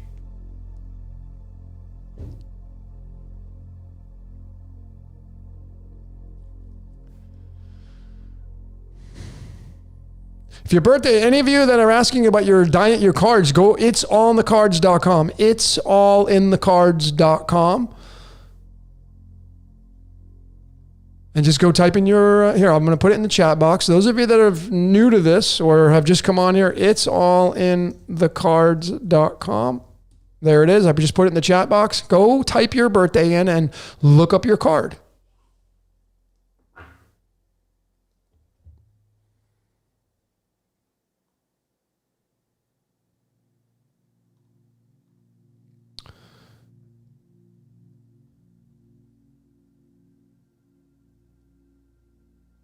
But looking at your comments.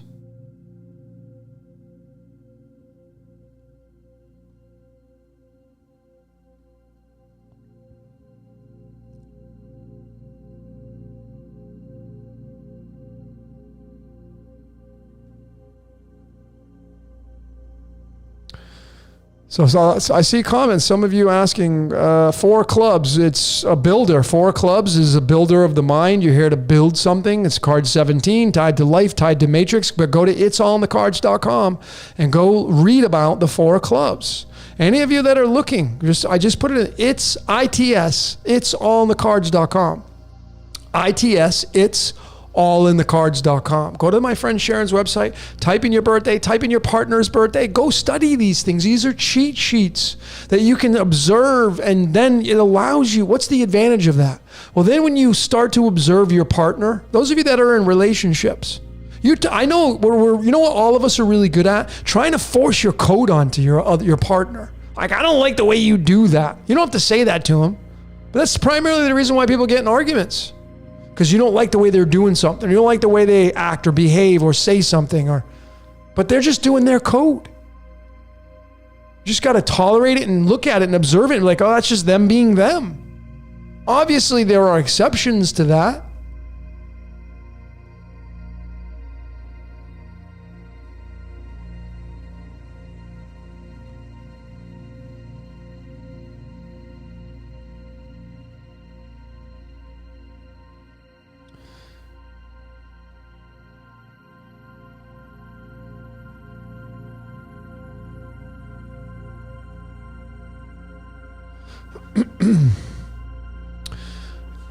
Eight of clubs, a lot of 8s tonight. I love it. I love it. Claire, life path number 7, the mystical person who is kind of that spiritual person. You know, think about what the number, those of you that have 7 life paths, if your entire birthday added up equals the number 7, it's the mystic. It's the one that is the analyst. You're constantly, think about the number 7. If you just synchronize the number 7 properly with these life paths, you got it all figured out. That's why you got to be a numerologist. Forget about gematria. You need to be a numerologist. You can't just take the numbers and say, call it a day. What do the numbers mean? These numbers have personalities just like you and I. They're archetypes. So when you look at your life path and you add up your entire birthday, it's going to link to a single digit. You're going to have a compound number. You'll have 2 digits. You got to figure out what those 2 digits are, but they're going to give all their energy to a single digit. If you have the outcome of the number 7, like if you have a 34 and then it's the 3 plus 4 is a 7, or you have a 25 and the 2 plus 5 is a 7, that adding up, that's your 7 life path. Think about it. Day number 7 on the calendar in the church says it's the Sabbath day. What would the creation have to do with day number 7? Well, it's a day of rest and reflection. If you're the creator and you made this world in 6 days and you're resting on the 7th day, what would you be doing on that day? You'd be like, whew, that was some pretty rough energy right there. You'd be analyzing your creation, figuring out what needs to change, figuring out what you're going to keep.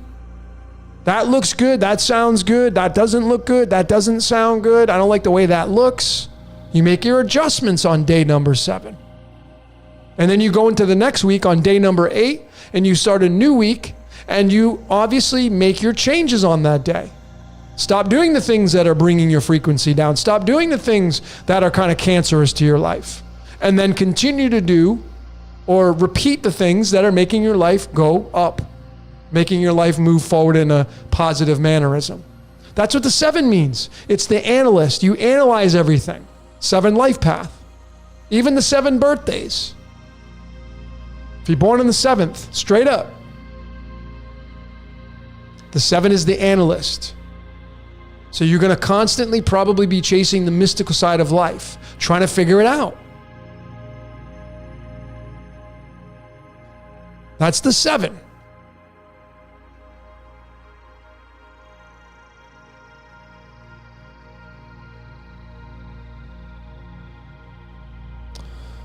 Milo, do you use gematria many capacity? I don't know what your question is there.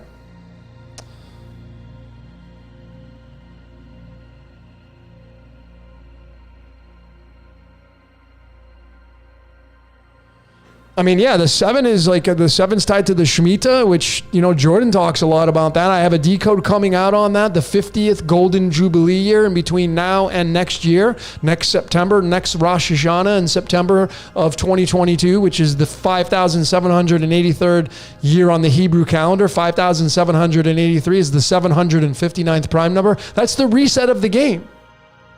That's how I read it. I don't know what that looks like beyond that. I have no idea what that means beyond that. I just believe and I feel that, and some of us may not have to experience that. Maybe if you graduate, you won't have to experience the shitstorm that's about to come. But next year, 2022, is the year of the tiger. The only planet that represents the tiger is Jupiter.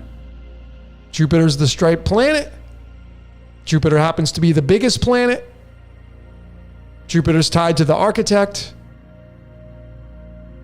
Jupiter's tied to Zeus, which is tied to Jesus. Jesus.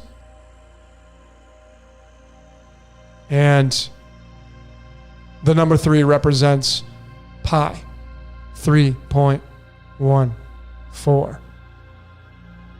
3.5, which is sunglasses.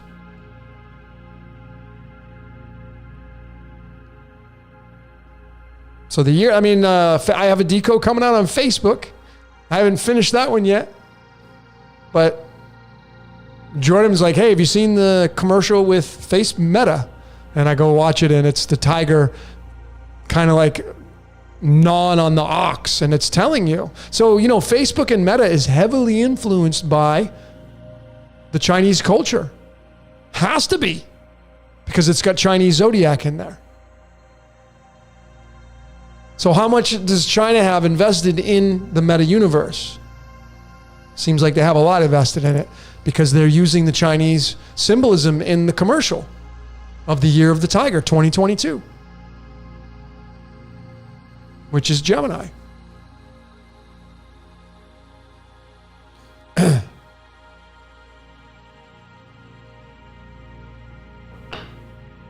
So it is the year of the tiger and the Gemini year matching up, but it's also perhaps the age of Aquarius. And of course, the age of Aquarius is ruled by the sun. And in the Chinese, it's the dog ruled by the dragon. Kind of makes sense. Think about what I'm telling you. If we have officially moved into the age of Aquarius, if 2012 was the official move into the age of Aquarius, or 2021 was the move into Aquarius, well, Aquarius on the Chinese calendar is the dog, man's best friend. We're the dogs. And right above the sign of the dog is the sign of the dragon. The dragon runs the dog. In the Western, the dragon is the lion, which is ruled by the sun. You can't mess this stuff up, folks. You just got to have the eyes to see it. You just got to say, I want to go learn that stuff. It's really easy to synchronize this stuff when you do it properly. It's pretty simple.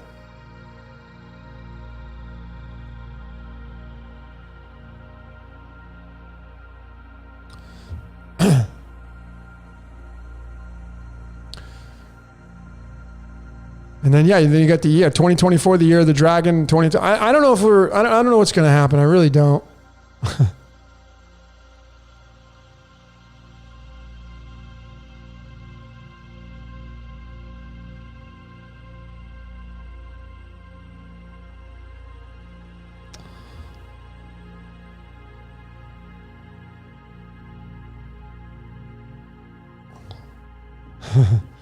Yeah, the Ray-Bans. Thanks, Jazz, for that.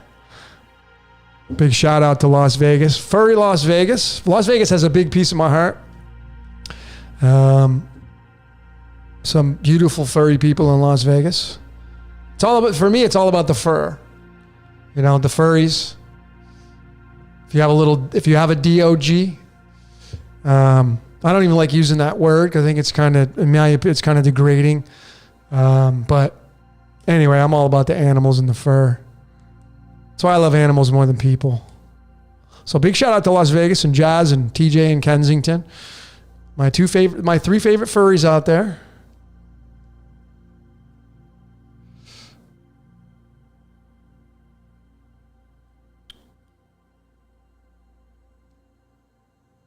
So those of you that are just logged on, the reason why I'm wearing these sunglasses, again, I'm not doing it to look cool. I'm doing it because the upcoming decode I have coming out after I finish with this transmission is going to be the decode of the Matrix Resurrections Decoded.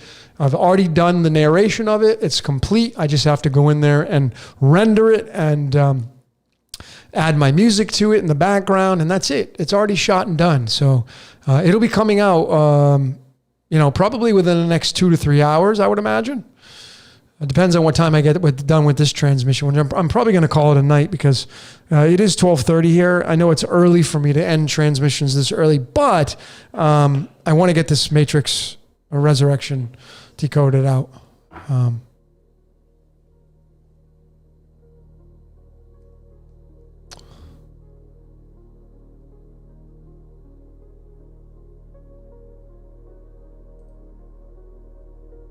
That's right. It's all about the fur, baby. Everything's furry, man. Everything's better furry. That's for sure. That I know. I mean, animals are just so loyal. And I mean, let me tell you, those badgers, though, they can be they don't mess around. Like they'll bite their own with food. It was really interesting watching and observing the badgers. And when you study the badger card in the medicine deck, the badger, it'll tell you the badger is means aggressiveness. And the 29, the number 29 is the 3 diamonds, aggressiveness, but it's also tied to the word voltage. The word voltage equals 29 in numerology. It's 1/3 of the Ohm's law: voltage, resistance, and currency. The voltage is the V. It's really interesting when you synchronize it. I look at things totally different when knowing the animals, some of the animals, insects, and reptiles are on these cards. It's just pretty awesome. I mean, what would the odds be that, again, were these people sitting down with this stuff of numerology and all the things that we're doing as decoders? Were they sitting down with this information and drafting up their cards? For instance, this is a prime example. Here is the 20th card in the deck. It's the mouse card. The mouse. Now think about what I'm showing you. Card 20. 20 is tied to the words pawn. 20 is tied to the word free. 20 is tied to the word Mason. 20 is tied to the word duality. The mice. We're all little mice. We're being experimented on. Man's a big experiment. It's pretty, I mean, how do we progress in the triumph of mankind? We experiment. And that's what scientists do. They experiment on millions of rats and mice, just so we can move forward in life. All those mice and rats give up their lives, not willingly, but they do. They're being experimented on. Well, what do you think that it just ends at the human experience? You think we're not being experimented on? Come on. Got to start using, some of you have to start using some common sense and logic.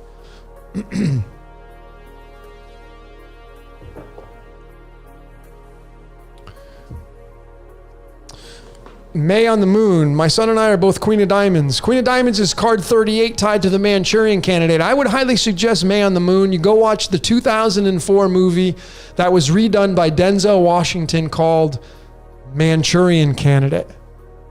And then go watch the 1962, I think it was, original movie called The Manchurian Candidate with Frank Sinatra in it, because the Queen Diamonds card was in that movie. And it'll tell you all about it. Queen Diamonds is card 38. The latitude north of Washington, D.C. is the number 38. The Queen Diamonds is ruled by Saturn. And the Queen is the Queen of the Diamond suit, which is the water suit. But if you want more information on these cards, ladies and gentlemen, go to itsallonthecards.com, type in your birthday. It's my friend Sharon's website. And just go study your card. I'll tell you everything you need to know about that card.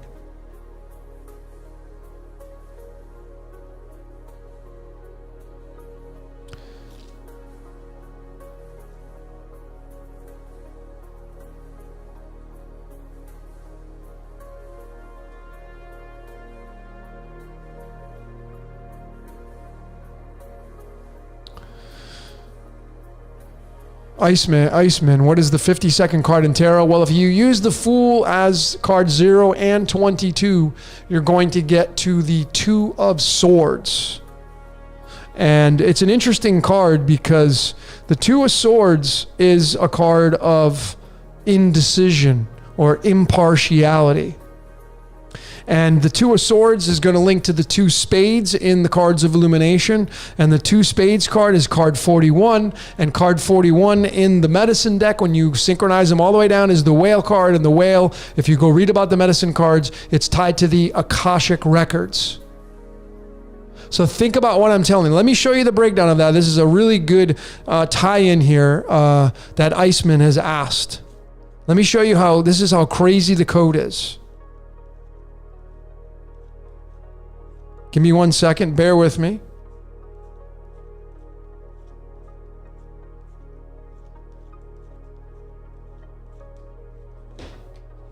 This is how the code just jumps around, and this is how mankind could never in a million freaking years code this, because there's too many authors, too many content creators, too many people involved in this conspiracy, and they would all be in on the conspiracy, trying to screw you over and mock you and pull the wool over your eyes. You know, that's what people think. It's just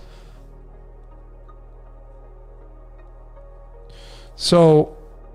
The 52nd card in the tarot.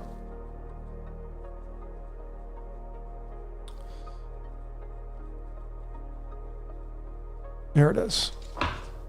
So this is the synchronization. This is how crazy the cards are.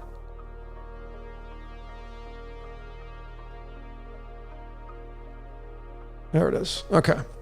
So you asked what the 52nd card in the tarot deck was. If you count the Fool in 0 position and 22nd position, it's going to be this card right here, the Two of Swords. And think about this, the 52nd card. And when you bring alchemy into this, the 52nd element is called tellurium. I showed in Prison Planet series, part 3 especially. It's all souls are mine, tied to Prison Planet, tied to the number 52. This is the 52nd card. And this is, of course, what does this mean? Duality, because it's holding 2 swords at night with the blindfold on.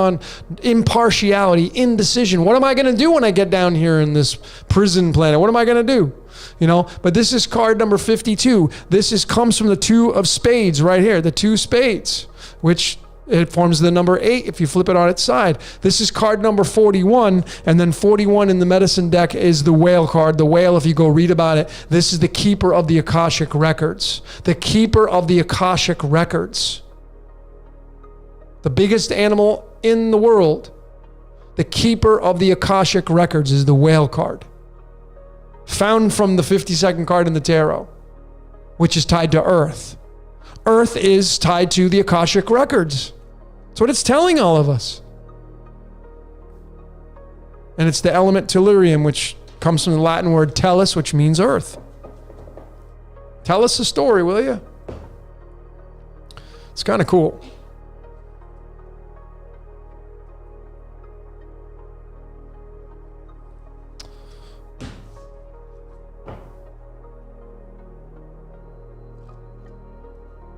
Yeah, and the Black Panthers card 52. Yeah, there's so many different layers to this, but when you get through the layers and you bring alchemy into this, and you bring in the string of pi and the golden ratio and square roots and sine and cosine waves, folks, when you get to that level of decoding, you'll start to see and realize mankind could never write this code. So let's give the respect to where deserves the respect, which I don't even know where that energy would go, but I just know it's from a higher source. You can call it God, you can call it Lord, you can call it Allah, you can call it Jehovah, you can call it Yahweh, you can call it Yod-Heh-Vah-Heh, you can call it Lucifer, you can call it Jesus, whatever you want to call it. Source, Mazda, Enki, Enlil. I mean, it just keeps going. And if you really get technical about it, like, go back as far as you can go. The ancient texts would be the Phoenicians and Sumerians. There was no Yod-Heh-Vah-Heh back then. There was no Jehovah. There was no Shiva. Yeah, probably not back then. That's all Hinduism. There was no Mazda. As far back as I have gone, the starting point of it was perhaps where the Anunnaki story started, and that's Enki and Enlil, the 2 brothers, of course, Jesus and Thomas, the 2 fish, and the father of Enki and Enlil is Anu, which is Father Sky, which is Uranus. Had 2 sons. So when you just kind of you keep going down, the story just keep getting repeated. Someone didn't like that story. Oh, I want to change it. It's like putting on a different pair of jeans. That's how ridiculous it is. But no matter what, if you go watch that documentary that I suggested you all watch called Inner Worlds, Outer Worlds, a freaking amazing documentary on Amazon Prime. Please go watch it. It'll shatter a lot of your beliefs. If you're willing to kind of let go. Some of you just want to hold on to those beliefs like, oh my God, I just can't live without it. And guess what? I suffer from that too. If I want to say that. I experienced that. Holding on to my beliefs. Because that's what gives us our identity, is our beliefs.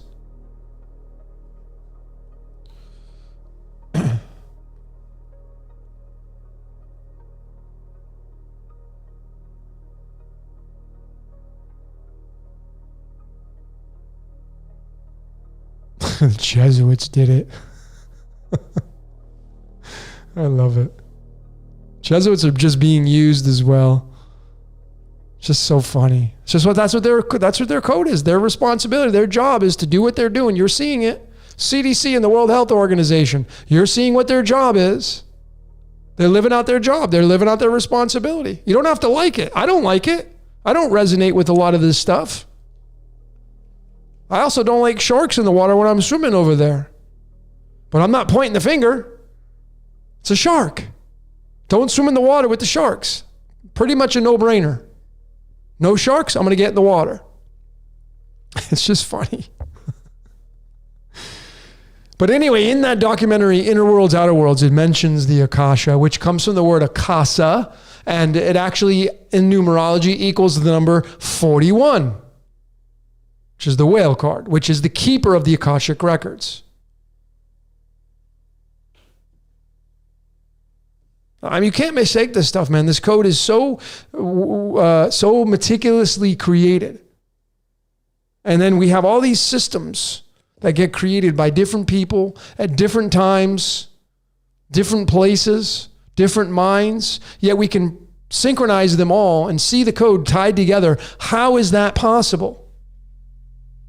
It goes far beyond like, oh, I like 2 + 2 = 4, so I'm going to recreate 2 + 2 = 4. Far beyond that. It's far different than just looking at the sacred spirals that the Inner World, Outer World documentary talks about, and you see them all over the world because they played tribute to this golden spiral because it's tied to the Fibonacci sequence. I mean, and the golden ratio. It's a no-brainer.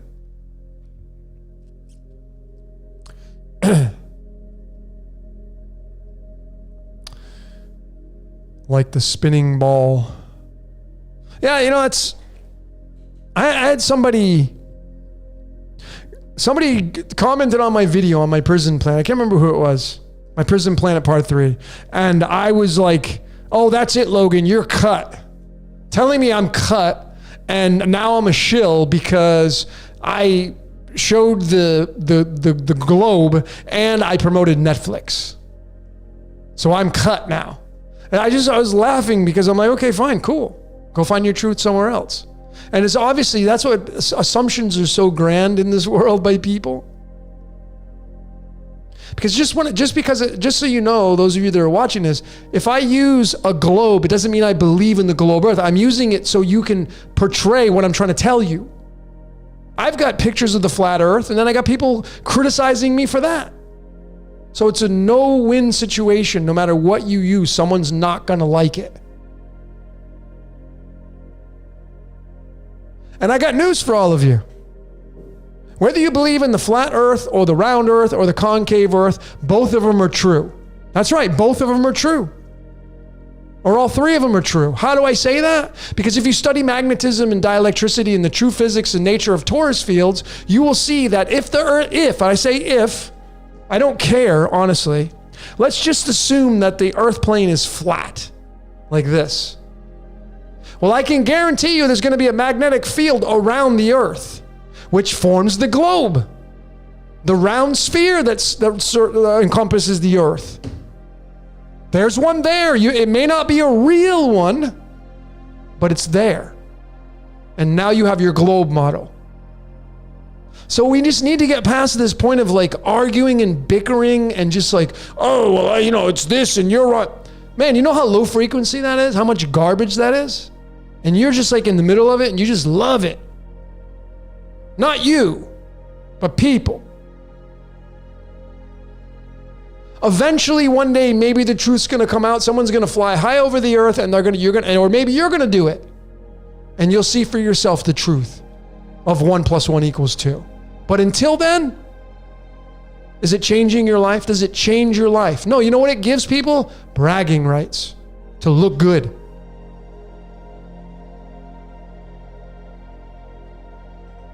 Flat Earth, round Earth, they're both true, folks.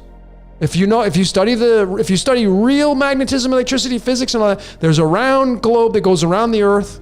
We can call it the firmament. And if we live on side of a flat plane, so be it. Ain't gonna change my life.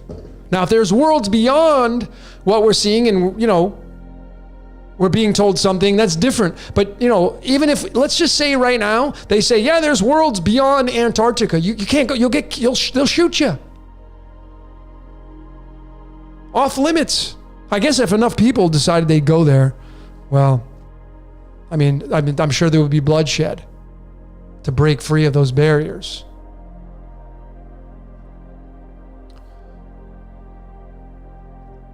So I've been around. Of course, I'm part of the Syncretism Society. They're all flat earthers over there. I don't get involved in those conversations. I don't care. It's like presidents.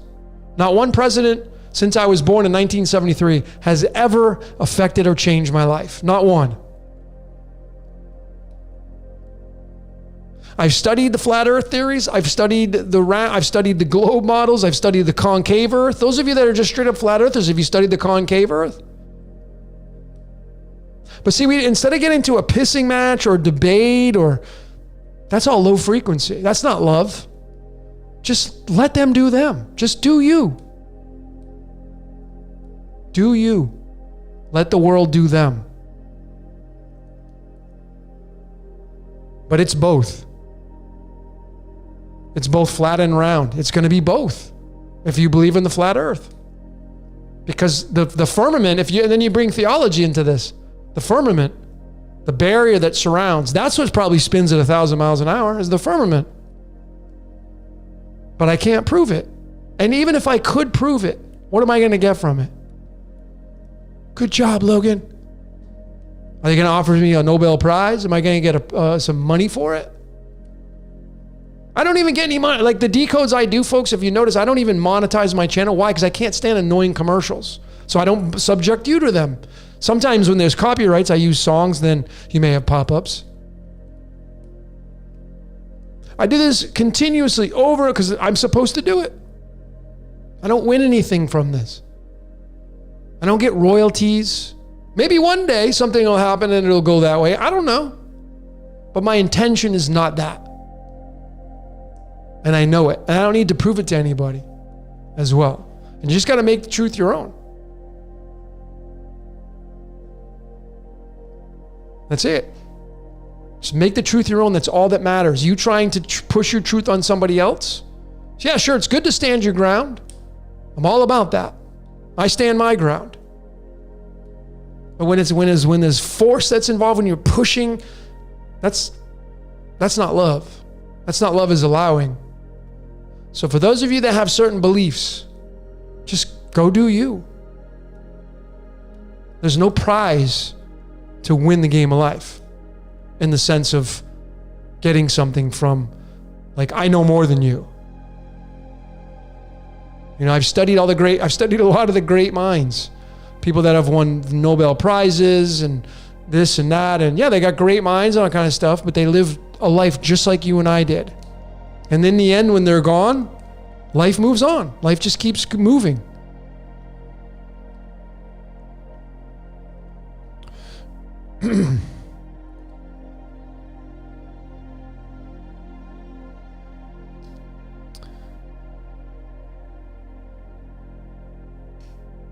So, yeah, I mean, I had posted something on my social media page of a company that is supposedly giving tours of space starting 2027, I think it was. And I had put out there, I guess we'll find out. Because then you won't be able to hide anything once you can get out there. I've watched all the hot air balloon video, not all of them, but I've watched a lot of the amateur hot air balloons, and it's challenging to figure it out even with that. But then I'm like, wait a minute, I'm spending so many hours of research. This is not my passion. I could care less about it. Like David Weiss, that's his passion. He loves doing it. Cool, then you go do that. I don't like painting houses. Some people like painting houses. They go do that. I'm certainly not going to go yell at somebody because, you're painting the house wrong. What? Or you shouldn't be doing it that way. I don't paint houses. Don't care. Or you go to, people, it's just like people constantly are just pushing their narrative on other people and lowering their frequency. It's like, man, if you don't like a song, do you call the music producer and tell the music producer like, hey, I think that the drums are a little bit off on here, or maybe you should add a guitar solo in here. I don't like the way he's singing that note right there. Well, who even asked you? Go be a creator. Stop being freaking such a pessimistic critiquer. You're just like lowering your frequency. That's why our world is messed up. Because the majority of people are too busy trying to push their narrative on other people's code because they don't like it. Or you don't believe in that, so you're wrong, and I'm going to go out and I'm going to smash you for it. Not interested in. That's not what's going to win this game of life. It's not what's going to turn this planet around, folks. Trying to push your version of what you think the earth is and all that kind of stuff. So go make a YouTube channel and go present your information to the world and see what you get. That's what you can do. That's what I did.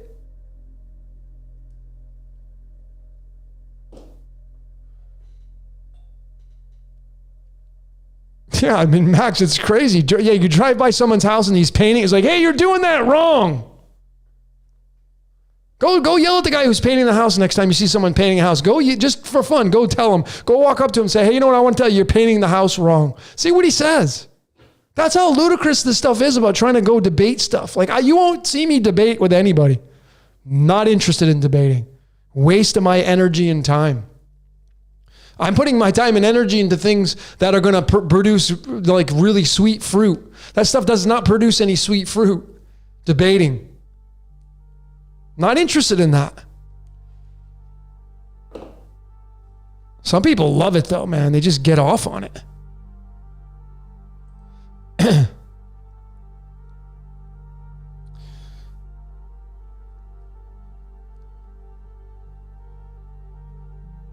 Heavyweight, have you watched the new Matrix movie? I did. I guess you're new. I did. It was amazing. A lot of people didn't like it. I thought it was amazing. I'm a movie fan anyway. I look for all the signs and symbols, and I saw them.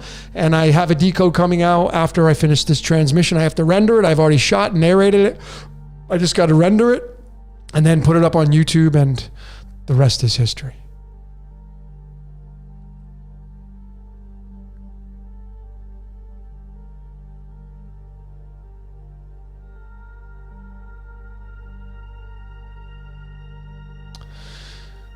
Svendabs, dude, you leaning spinning ball. No, I don't lean towards anything. I don't care, folks. I just want to get that through all of you that have doubt. I don't care whether the earth is this or that. I'm not interested in that. It's not an interest to me. It's like, at what point do you think everything's a deception? Like, everybody's so fixated, like NASA's deceiving you. Everything is deception. They're trying to deceive me and fool me and screw me over. They're just doing them, man. Go do you. Go be a creator. Too many critiquers out there, not enough creators.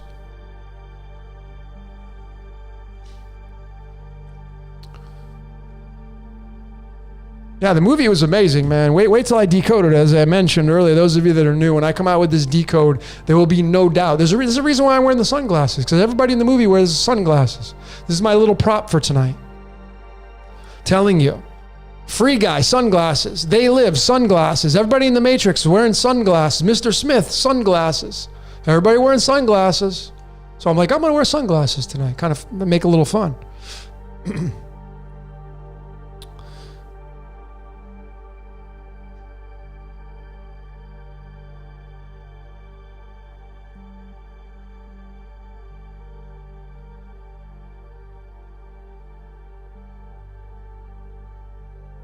Sven Labs, no. Spinning ball leaner exposed. I'm neither. I don't care. If that's what you mean, I don't know what you're talking. I don't care. I don't have any interest in that. Like, I don't have any interest in painting houses. I don't have any interest of building skyscrapers. I don't have any interest of going mowing lawns for people. I don't have an interest in it.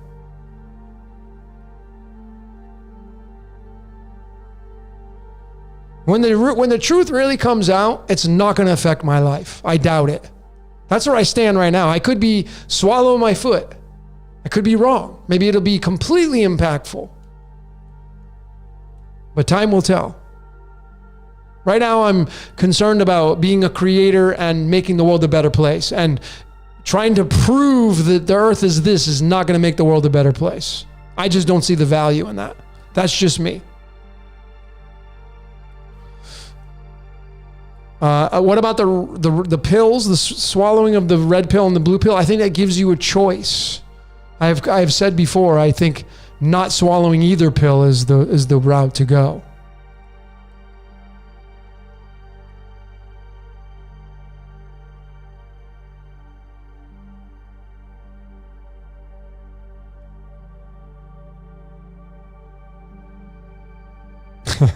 Max, I'm not ruining the movie, dude. You get a lot of benefits out of watching it.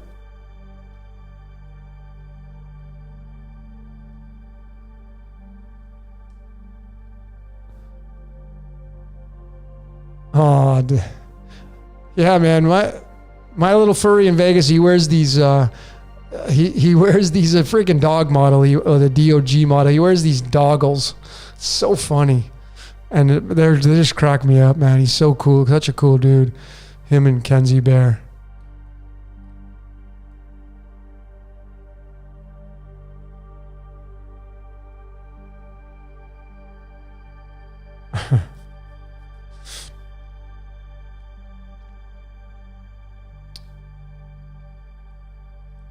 Now, all I can say about the Matrix movie without spoiling it all, man, it's all about the masculine and feminine. That's it. That's it. It's just masculine and feminine, masculine and feminine, masculine and feminine. That's it. That's the movie. Okay, Max, sorry. It's hard to keep track of like if these comments are coming at me or if they are directed at somebody else. Is XRP the cryptocurrency the one? I'm not going to even answer that. I have XRP, but I definitely am not a financial advisor. And obviously crypto is a very volatile thing to get into. But I feel that it's where we're going. I mean, who any of you use a Rand McNally map to find your way around town? You use navigation. You don't play records primarily or cassettes or CDs. Those are gone. You use MP3s. You know, we use computers instead of libraries. We use cell phones instead of rotary phones. I mean, at what point are we going to move? We've already moved into digital currency. The majority of you out there are exceptions, you have been swiping with a plastic card using digital currency. There's no exchange. So you've already been programmed to start using cryptocurrency. And that's why I feel we're moving towards that. If something major happens and we don't move into that realm, then okay, cool. I'll roll with that. But I definitely would rather have some and not have my pants caught down below my ankles than not have any. I mean, even the script in the Bible, the scriptures, Ezekiel 17 verses 9, it says they're going to be throwing their gold and silver into the streets. Or 7 verses 19. I don't think it's literal gold and silver. I just think it's fiat currency.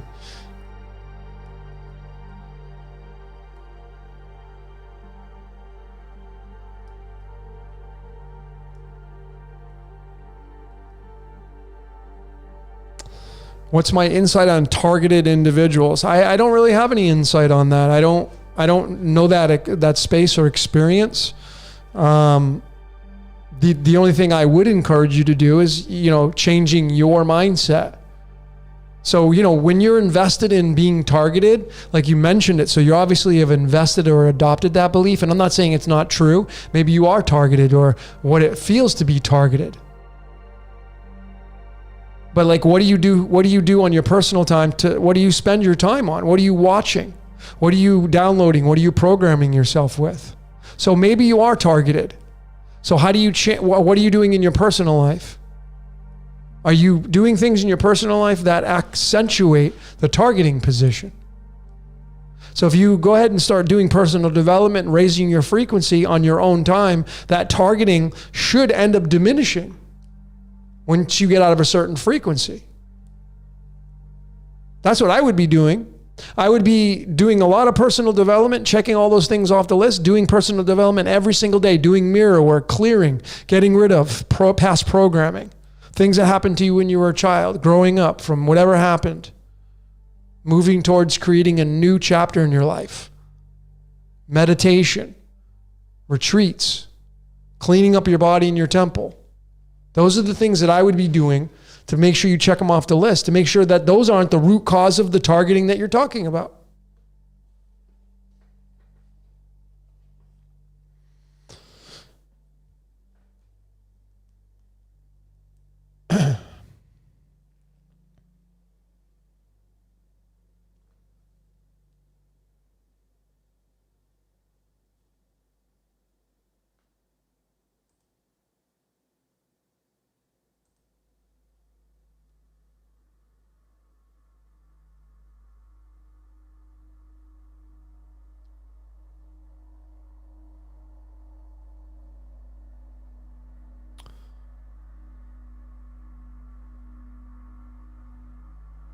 Yeah, there you go, Hermes. I used to be a TI, targeted individual. Stopped when I stopped giving my energy to social medias like Reddit and other nonsense opinionated sites. Folks, you're just a fishbowl of information. So yeah, if I see it all the time, and I speak from experience. So when I'm telling all of you this, I'm speaking into the mirror, but I'm just trying to tell you, it's very simple. Like attracts like. That is true. If you're living in the past, if you're constantly focused on the people that screwed you over, the people that duped you, no matter how horrific it is, no matter how horrific your life has been, if you're constantly focusing on that past experience or past experiences, you will continue to repeat the cycles over and over. You will not eliminate them. They will follow you around. They will find you. You need to completely scrub and wash that information from your past. You got to let go of it. And you need to do new things on a fresh white piece of paper. How many of you have done a vision board? A vision board. When's the last time you did a vision board? What you want to have your life happen in the future. Those of you that keep having the same experiences over and over, and you're doing the blame game, and you're blaming other things, or you want to get revenge, or you're angry and you haven't settled those contracts, you have a contract. You're going to continue to live through those contracts. No matter, it could be as deep as you want to go, and you can make as many excuses as you want. I've studied enough personal development. I've studied enough psychology with the personal development. I've studied myself enough people to realize that's how it works. If you don't get rid of the old programming, that programming will continue to show up in your life as the script playing itself out, because all that matters is the now moment. What are you doing right now is all that matters. If you're focusing on the past right now, the past will continue to move through the right now moment. It's really that simple. There's no way to screw that up. But you got to do the work. You got to go into the past programming and eliminate and delete. It's like going into your computer and deleting files. Getting rid of the Trojan horse. A lot of you have Trojan horses in your memory banks. You don't want to get rid of them. Why? Because you like to live through those. You like to get angry. You like to have this chaos in your life. Some of you don't know any difference between what it feels like to be normal and living in bliss versus chaos. You really are programmed with the chaos because that's the way you were raised. So you live chaos every day and you can't let it go. And really what it is, you're in love with it. You'll never admit that. But if chaos continually shows up in your life, you love chaos. And if you didn't love it, it wouldn't be showing up in your life. If you really analyze your life, I would go to bat on anybody with that philosophy. Anybody. If you got chaos showing up in your life, you got to get rid of chaos kind of thoughts. And it's not like a scratch ticket. Like, oh, I'll just think different tomorrow. I'm going to think positive tomorrow, and then the chaos is going to go away. No, it's going to bleed. You got to continue. That's why people go on retreats and they go away for a month or whatever. But what are you doing there on these retreats and going away and altering the mind with these substances and healing medicines? And that's the difference.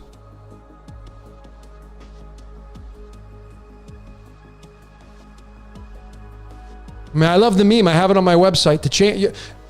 In order to change your life, you have to change your life. To change your life, you have to change your life. To change your life, you have to change your life. Pretty simple.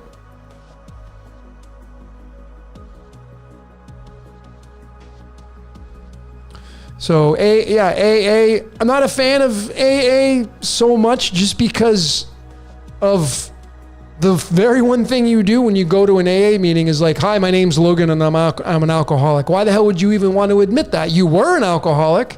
The very one thing you don't want to do is admit anything of what you were. You're just going to keep moving into that. And people I've been around these people and I've had debates with them back in the day. I've had some really good friends of mine actually that were in those programs and they didn't agree with me on this.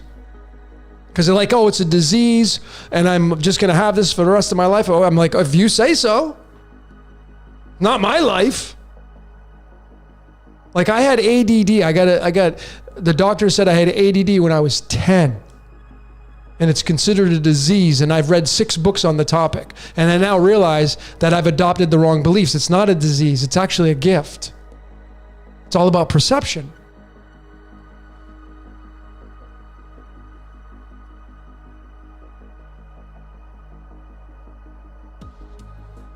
So the AA is great. I know it helps people. I'm not saying don't go to those, but if I show up at a meeting, I'm certainly, the very one thing I'm not going to do is claim that I'm an alcoholic. That's retarded to say that. Forget that, man. That's nonsense. I was an alcoholic. You can say that. That's the proper terminology. That's the reason why you're going to these meetings. You're surrounding yourself with people, but the very one thing you don't want to do is admit something you're not. That's past tense. That's just crazy thinking. And I've had debates back in the day, decade ago, when I wasn't in the same frame of mind. I was debating and arguing, and I'd be like, man, that's crazy to think that, to say these things. Oh, but it's a disease, Logan. And I was like, okay, if you say so. I don't think it's a disease. I think it's a habit. I think it's a habit.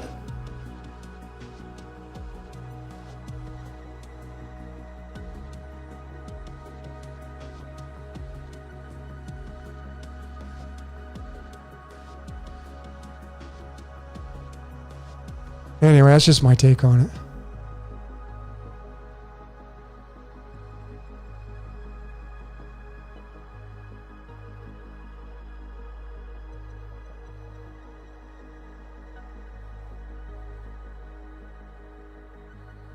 That's right, heavyweight. You speak your spells.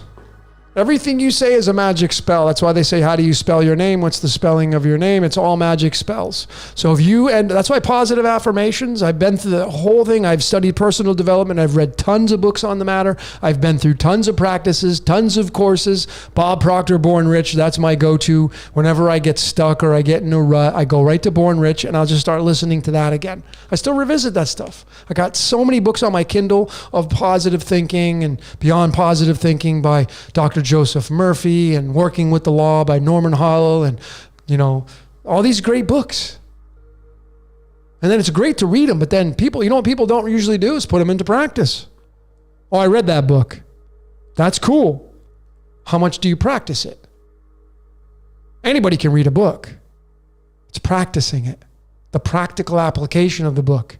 That's what's going to make you a better person or a higher frequency being.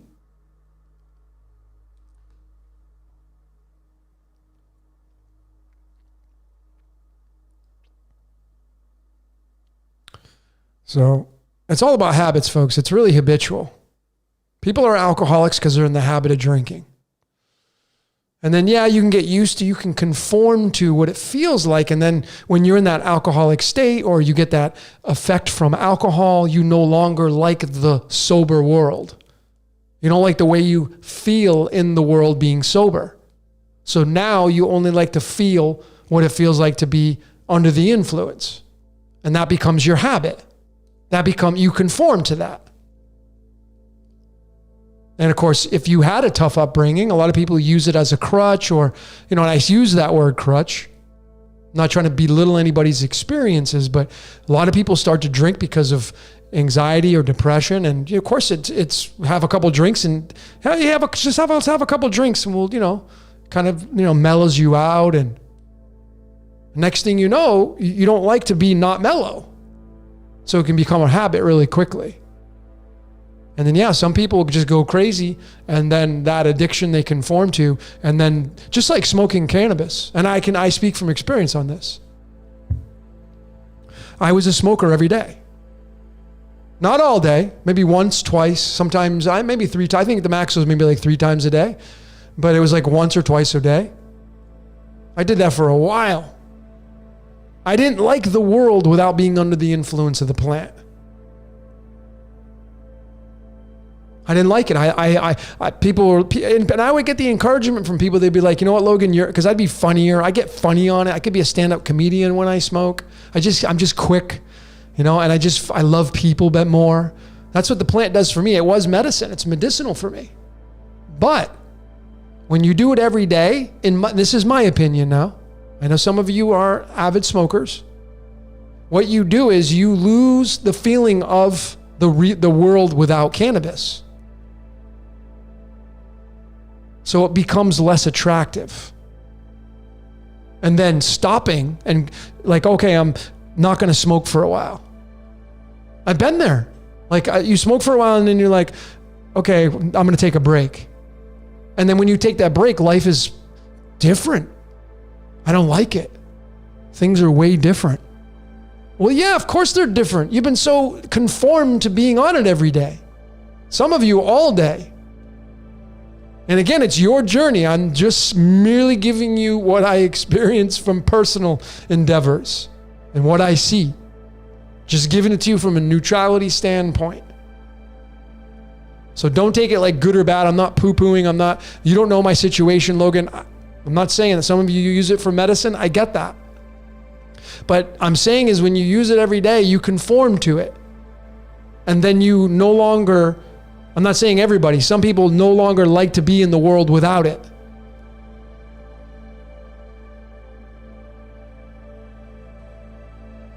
So then you're challenged with that.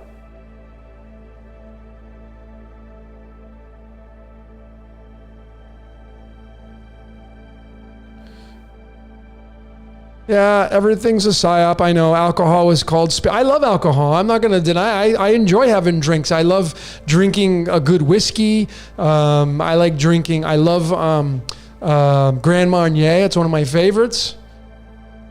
But I don't sit there and slug down bottle after bottle. I'm not. I have it occasionally here and there. I've been through my bouts of drinking for a while. I've been through my addictions, folks. I've had them. So I speak from experience. I'm not just telling you from a book. I've been through it. Been through it more times than just once. Trust me. I've done it. Totally cool telling you that authentically. No problem telling you that. Don't care. Don't care what you think about me and my persona and who I am. Oh, Logan's this. I'm no saint or hero, man. I'm just a free Logan sharing with you my research. I've been up and down the block. I've been through many different experiences. Been there, done that in so many different occasions on so many different layers. And I know why. So I just give it to you the way I see it. But alcohol, when people, the people that don't drink, you may lean towards like, oh, it's bad, or, or maybe you've seen alcoholism because it's a very widespread thing. You may instantly think it's a bad thing. Just like I see a lot of people that say money is evil, and they say that because it's an excuse for them because they're broke and they don't want to be a creator, or they're dummied down, or their programming is faulty in the sense of being faulty, where it's holding them back. or they were raised in a very poor environment and they don't know any better. So they're instantly going to say, yeah, money's evil. So I'm going to side with that notion. When it's not even true. It can be true for you though. But if you just look at money neutral, it's just neutral. It's just a tool. Like I can stab somebody with this pen. I can literally stab somebody with this pen, or I can write with it. What is it going to be? It's a tool. That's how simple this can be.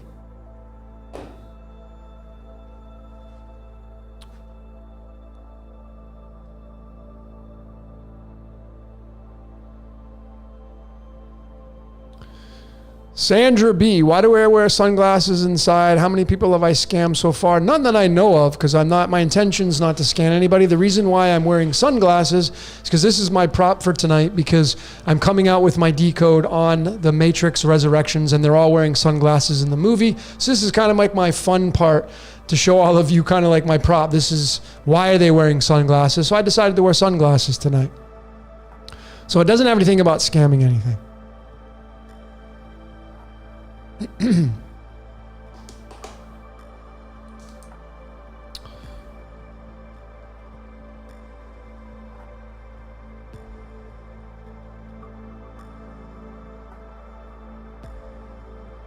Soy-free thoughts. What card is the card of Saturn? Well, I mean, there are many cards to the card of Saturn if you just properly synchronize the tarot, which I do in my readings. House number 10 in astrology is the sign of Capricorn, which is ruled by Saturn, and that's the 10th house, and this is the 10th card, the Wheel of Fortune card. What's really interesting is these cards are heavily influenced by Judaism, because on the wheel, there's the Yod-Heh-Vah-Heh. This is the 10th card now, and the 10th house in astrology is Capricorn, which is ruled by Saturn. So you now can see that, is it possible that these cards, the makers of these cards, this is the Rider-Waite deck, they're trying to tell you that the Yod-Heh-Vah-Heh, the Israelite God of the Bible, is nothing other than the planet Saturn. Or Chronos, which is Father Time. So it's right on the card right there. Wheel of Fortune. Spinning the wheel. Card number 10. Say 10. We are the devil, folks. I don't know how much more I can continue to keep saying that before some of you don't. Some of you want to get it, but big shout out to New Zealand, Brandon in the house. So that's what I love about this technology is we're all over the world, but we're all right here. It's pretty awesome.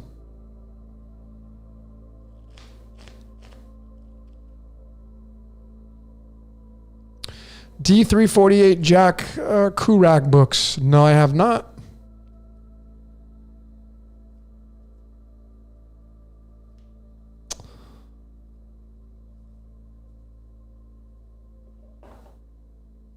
Tell Logan your deepest secret. That's funny.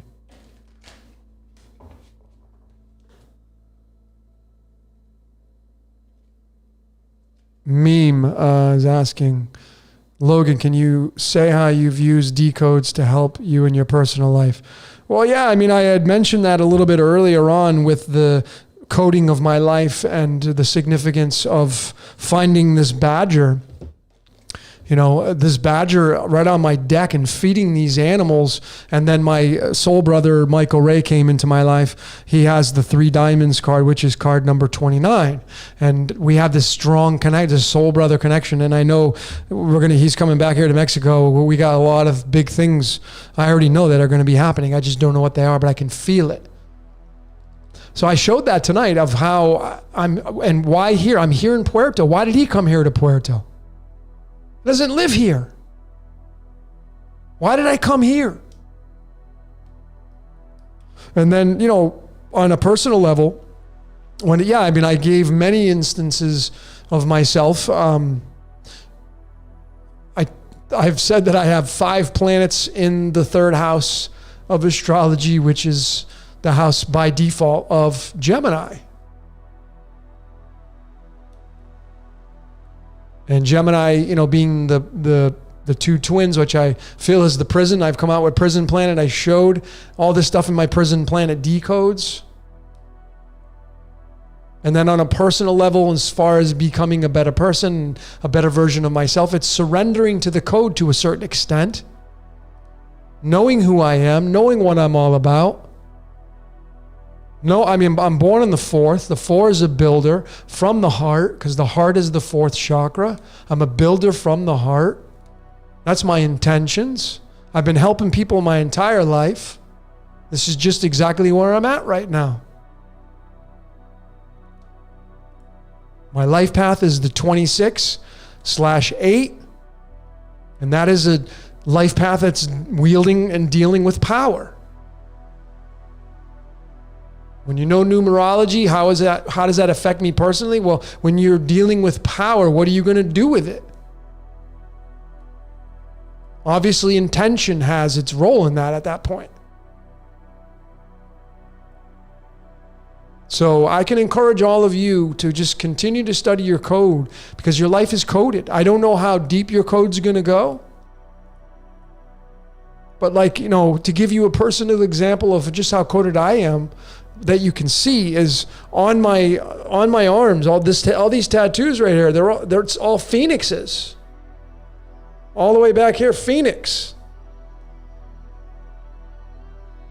I got some of these phoenixes when I was, I'm not at the state of mind that I'm at now. I didn't know the significance. Why? I've always just liked the phoenix. Well, in the early 1970s when I was born, my parents owned a Pontiac Phoenix. And it was not just a Pontiac Phoenix, it was a silver Pontiac Phoenix.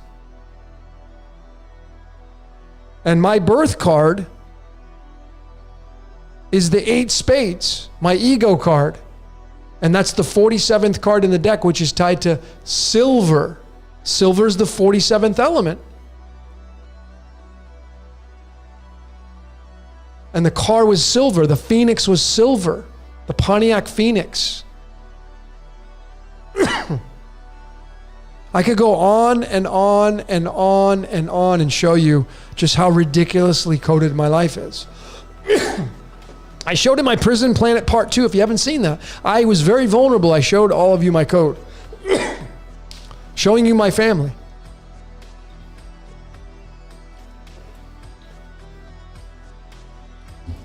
And how my last name's Payette, and how we make up pie. And how there's no room for negotiation on maybe me stretching anything. It's just... So just let go. So what can I tell you suggestion-wise? Just let go. Surrender. Know that ye are gods. You're a god.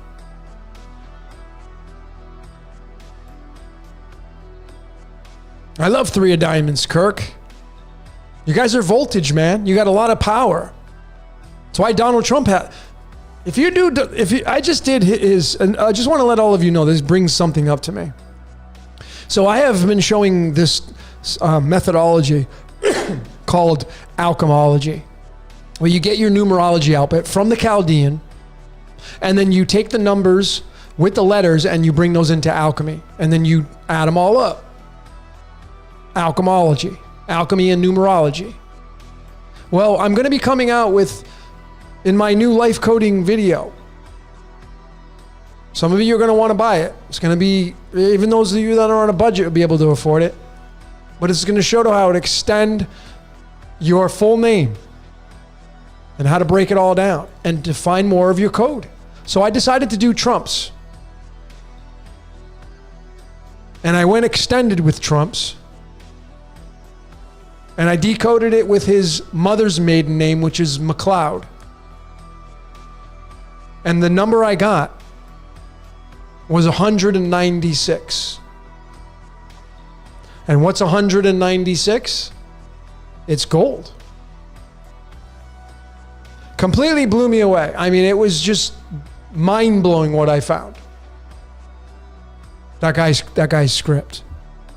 June 14th, 614. 614. 614, 514, 414, 3.14 is the solar plexus. For those of you that want to pay attention to that. 614-514-414-314. Solar plexus. 214-1.14.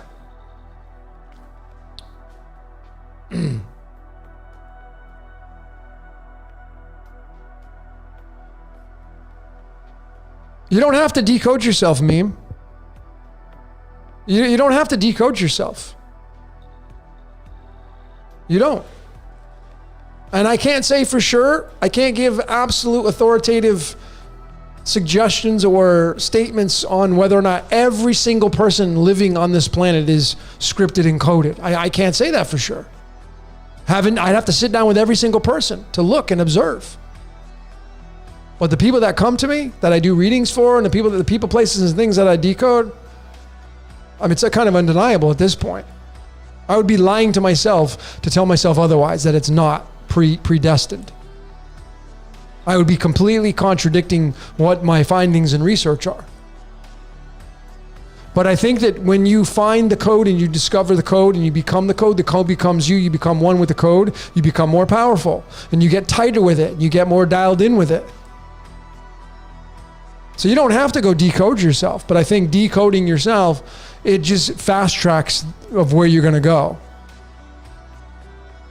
Because once you start to own this space that you read about yourself, like, oh yeah, that's me. Like I'm the 8 spades, king clubs. When I go read those 2 cards, oh my God, yeah, those are totally me.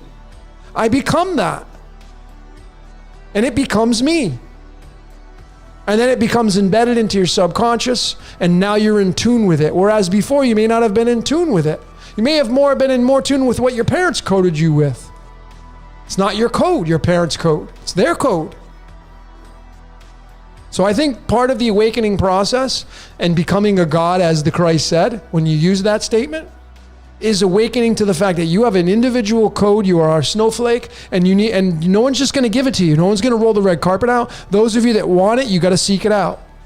And when you seek it out, you become more dialed in with the code. And as you become dialed in with the code, you become more of the code. The code becomes more of you. And it's like turning that dial on the radio.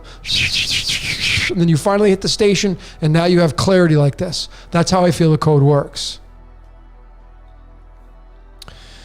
Oh, Rambo, King of Hearts and an Ace Spades. Every card's going to be a match, my friend. So I couldn't even answer that question. Just got to know, go read about the Ace Spades card. Do you like what you read? Do you like what you read about that card? That's what you got to do. You got to go read it. Is it a match? Do you want it to be a match? Do you like what you read about the Ace Spades card? And then realize the counterpart to the Ace Spades is the 7 of Hearts card. Do you like what you read about the 7 of Hearts? It's kind of a head start. But then you have to worry about the programming that the person you're dating or you're considering dating, what happened to them when they were a kid, how they were raised, what kind of parents did they have, what experiences did they go through? And do you want to deal with all that baggage? Most people take baggage with them in relationships. It's kind of, I see a lot of people, they'll show up at a new relationship and there's all their exes with them. It's like, here I am, ready to move in, and you got to deal with all their exes. Well, I'm moving in too. You know, and you're dealing with all their baggage, and we all have baggage. It's just at what layer, how far down the line of the baggage do you have? How much baggage have you gotten rid of? Claire's asking 33 or 6, both. 33 life path, you'd read from the 33 and the 6.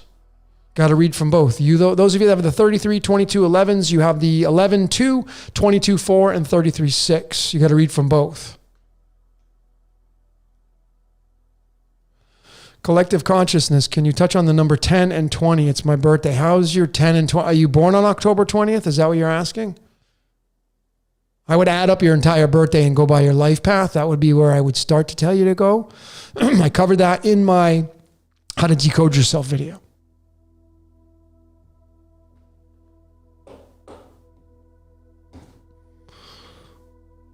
Silver is the moon. That's what they say. It's on the Vatican flag. Silver and gold keys.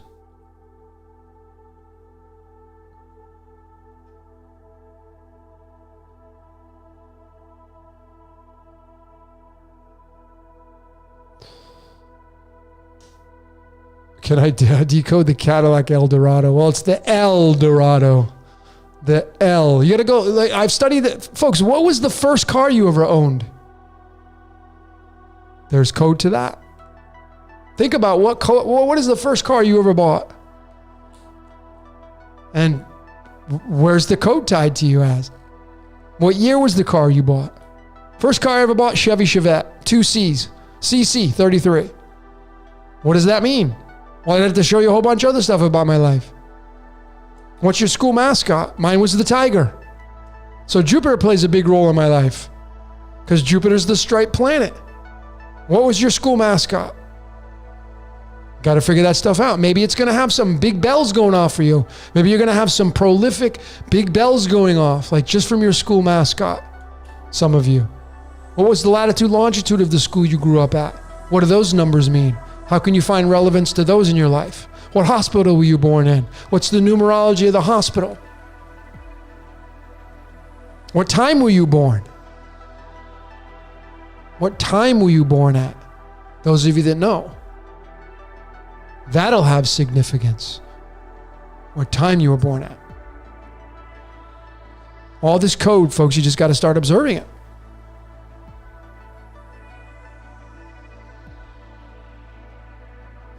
John Steele, you get a Chevy Monza. That's funny. A yellow one.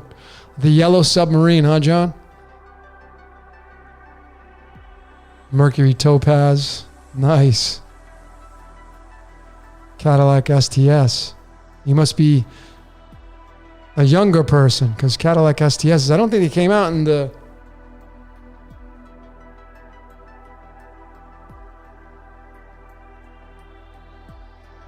There you go. What's up? First car was green Taurus and you're a Taurus. So go. What's in your Taurus house? What's in your second house of astrology? Where's your Taurus sign located in your astrology chart? It may not be in the second position. Is there any planets in that house? Folks, it's all part of your code, man. It just gets ridiculous and it gets funny. Mav, when you say the sun is going out, is that a metaphor? No. I think it's very possible the sun may actually go out. Chevy Citation. My ex had one of those, a silver one.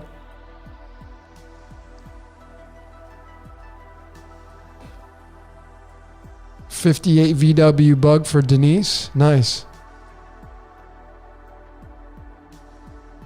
Chevy Camaro. Nice. I had a 1976 Camaro, black. Green Chevy Malibu. Yugo, wow. You go nowhere? I remember those Yugos.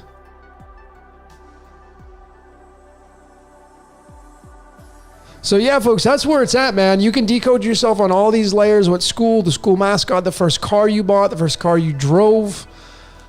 You know, all these, just start to look at your life. Start to be grateful for it. Remember, the gift of life is the present moment. That's why it's the presence. The presence is the gift of life. Thank you, John Ray. Thank you, Michael Ray. It's all in the words.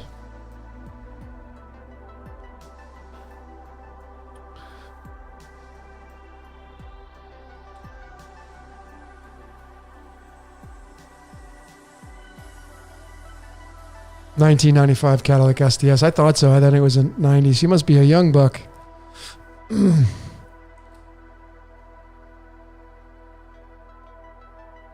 Thanks. What's up? Appreciate you, man. Much love to all of you, ladies and gentlemen. All you great decoders in here. People that just really want to be a better version of who you are and why you're here. And it's Christmas night, man. This is great. Or it's now over now. 1:27. I got to end this transmission because I got to finish rendering this.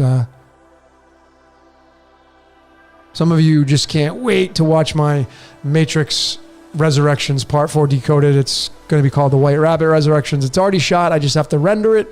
I already did all the narrations through this mechanism right here before I came onto this transmission. So I just got to go in there and just render it and then upload it to YouTube. And so It's going to probably be, I would venture to say, let's see, I would probably say like an hour to 2 hours from now, you'll have it up on YouTube. I try not to publish my videos until they have the high definition, because some of them I've done in the past, they just go up and they're not high definition. You got to wait for that to happen. And even the closed captions for those bit obviously can't hear. YouTube has to do their thing, and it takes sometimes days for that to go up. So I just wish it would be all instant, but it's not.